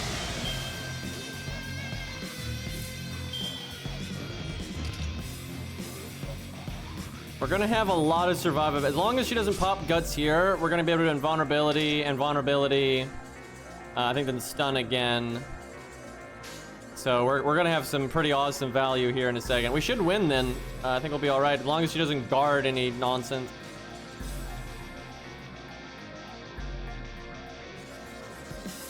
Got no debuffs to get rid of. わかった別に I mean, 33k is nothing, so I guess we focus on Stargen here. はいわかった別に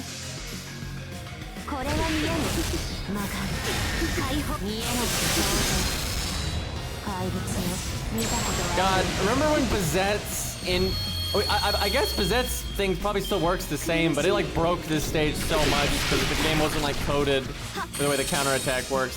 Although I think someone said they might have patched it actually. I'll have to look into that.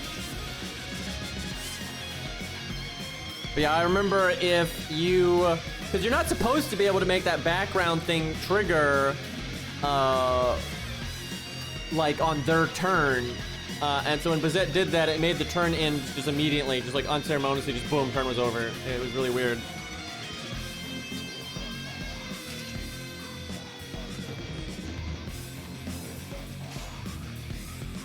Okay, stunning here would not screw us over. Be fine, I guess.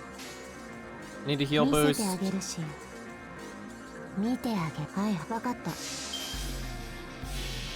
This is going quite smoothly.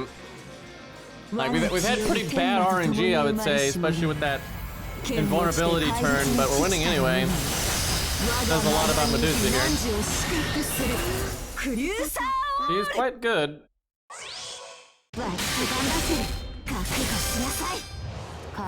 They're getting guarded so much.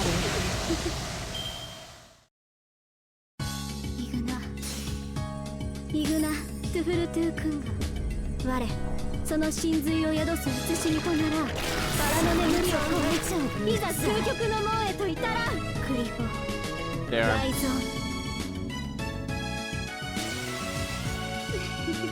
Okay. Do the non-lingering invulnerability first. This is a mistake a lot of people make, like Ku and things like that. I don't want to get rid of the Stargen down. Technically, it's not that big of a deal right now, though. I'm gonna miss out on 500 HP again. I could wait.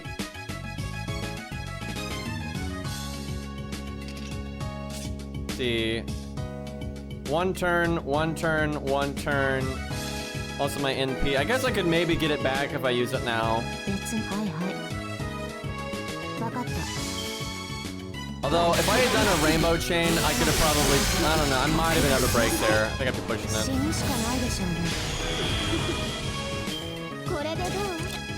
The Sergeant down didn't matter because it didn't stop us from getting 50 stars.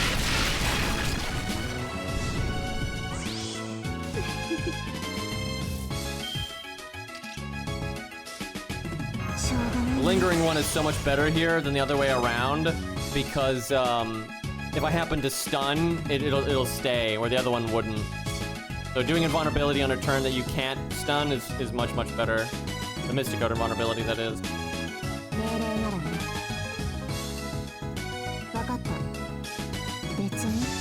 I don't know if she's gonna do 73. I should have, maybe I should have done like Buster, NP art. I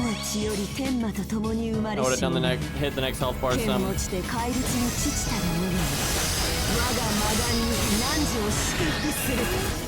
Oh wow, we stunned. That, man, we were looking like we were gonna win anyway, but it was gonna get close at the end here, but wow, now it's not even close. That stun is so devastating to the boss.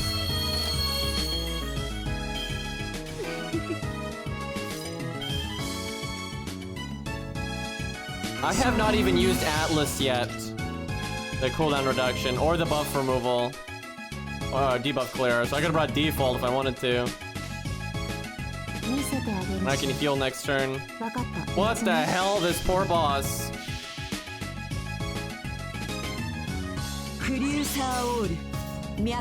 I just realized both of them have like a stare in their NP, Abby and Medusa. Well, no stun on that one. We really didn't deserve that. Like, we stunned twice there, that'd have been so fraudulent.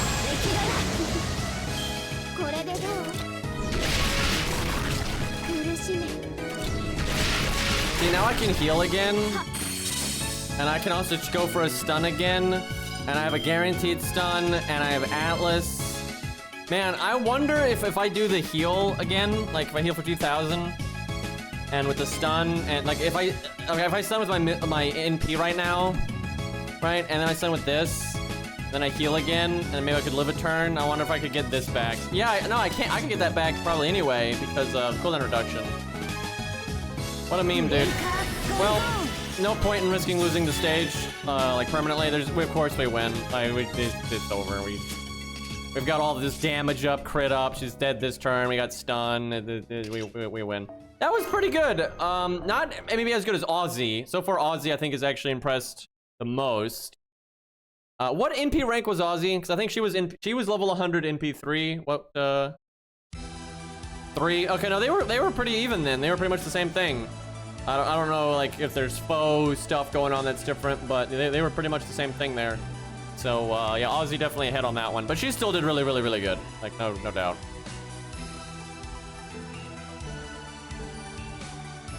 Ash might be able to do it because you'd have to go the gas route and try to win really quickly. I don't know though. The buff removal on the NP is just so bad for him, but he might be able to do it. I've already done this with Ku. Actually, I've done this with Ku several times. I did it with Ku a long time ago. He did it when he was a much weaker unit, so now it's kind of a joke battle. It's really easy for him just because the boss's hit count is so high. The debuffs obviously aren't going to matter with the way he works, and it's just, you know, with your grailed and all that and you're NPing often, it's pretty easy. Like, whenever the boss has a hit count like that, Ku generally has a good time. Now, Proto Ku, that's going to be a lot harder. That's going to be way harder. I don't know if he could do it. I haven't tried that. We might try that next time. We do need to play Elden Ring, though. I haven't played that in forever. We need to play Arc Knights. I think now that the buffs are done, I don't have to stream FGO every day. Obviously, you know, I stream FGO a lot, but a big part of why I've streamed it so much is because I wanted to talk about the buffs as they happened. And I think that was the last one, right? So I think we're done for a bit. So next stream, we might do some, you know, Arc Knights or Elden Ring or something. And then I wouldn't mind trying that Remnant game. That Remnant 2 or whatever. That looks, I've seen very little of it, but it looks interesting. And maybe a cluster truck.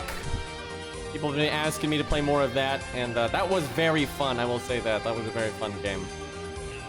But yeah, we'll see. I will see you guys. Maybe not tomorrow, just because at some point I need to work on this goddamn Karna video, but I haven't really had time to do it. But now that I don't need to stream like the buff quest or any of that, I probably have more time to do it. So somewhere in here, I'm gonna skip a few streams now and then.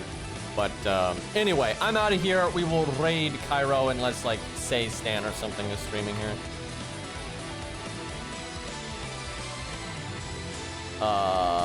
We got our boy Mystic. We haven't raided him in a while. Let's do that. He's been very slowly building his stream up, and he's really getting there. So you know, good for him. Takes a long time.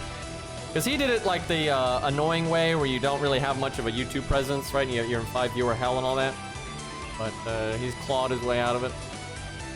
But anyways, apparently he's playing that Nika game or whatever the fuck, so I don't know about that, but whatever. Anyways, boys, go get him.